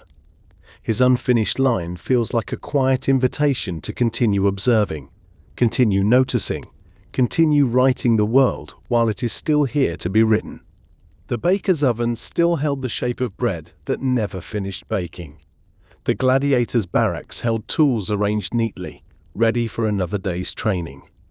The slave's garden revealed faint impressions of roots and rows, a testament to care and routine. Each space carries the soft breath of a life interrupted. And yet, when visitors walk these streets today, they rarely feel despair. Instead, they feel humility, curiosity, a softness that settles slowly into the heart. Pompeii does not overwhelm with violence. It teaches through quietness. It shows how much of a life persists in simple things. A cup placed near a window, a painting on a wall, the position of a chair. When the warm light of afternoon falls across the stones, the city almost seems to wake again. Shadows stretch across the old streets. Frescoes brighten. The edges of the ancient fountains catch the sun. Though no voices rise, one feels the presence of lives once lived with intention, with routine, with affection. The most striking truth of Pompeii is not that it died suddenly. It is that it lived so fully until its final hour. Archaeologists continue to uncover new rooms, new objects, new small details that shed light on the past. Each discovery adds another voice to the quiet chorus. A child's toy, a merchant's scale, a small bronze mirror, a ring inscribed with initials. Every object carries meaning, not because it is grand, but because it belonged to someone. Pompeii teaches us that the extraordinary is often hidden inside the ordinary. The streets covered in ash held countless footsteps. Each belonged to someone with a story. Someone who woke in the morning, tended a garden, cooked a meal, wrote a line, made a purchase, or walked toward the forum. Someone whose final day began like any other, and whose memory now lives in the stillness of stone. Scholars speak often of the tragedy of Pompeii, but those who walk its quiet paths today feel a gentler truth beneath the tragedy. The city reminds us of fragility, yes, but also of continuity. It shows us that simple moments matter. That daily life, so often overlooked, holds the deepest meaning. The girl from the villa once stood in the atrium brushing ash from her shoulders. Now, centuries later, visitors walk past the preserved remains of that same atrium. They see the mosaic floor she crossed. They see the walls she touched. They step into the hidden room her mother once opened with careful hands. They feel her presence not through artifacts, but through atmosphere, through the sense that these rooms once held breath and warmth. The priest who guarded the sacred flame left behind a temple preserved in ash. Visitors step into that space and sense the reverence he felt. They see the lamp that once held the last flame. They hear the echo of devotion carried through the centuries. The slave's careful touch in the garden remains visible in the roots and faint soil impressions where plants once grew. His devotion to detail preserved faint traces of order beneath the ash. His memory lingers in the quiet corners of the villa. The gladiators' barracks reveal the discipline that shaped his days. People walking those stones sense not the chaos of battle, but the structure of training and camaraderie. His life, defined by strength and control, embodies another facet of Pompeii's quiet endurance. All of these voices combine into something larger than any single story.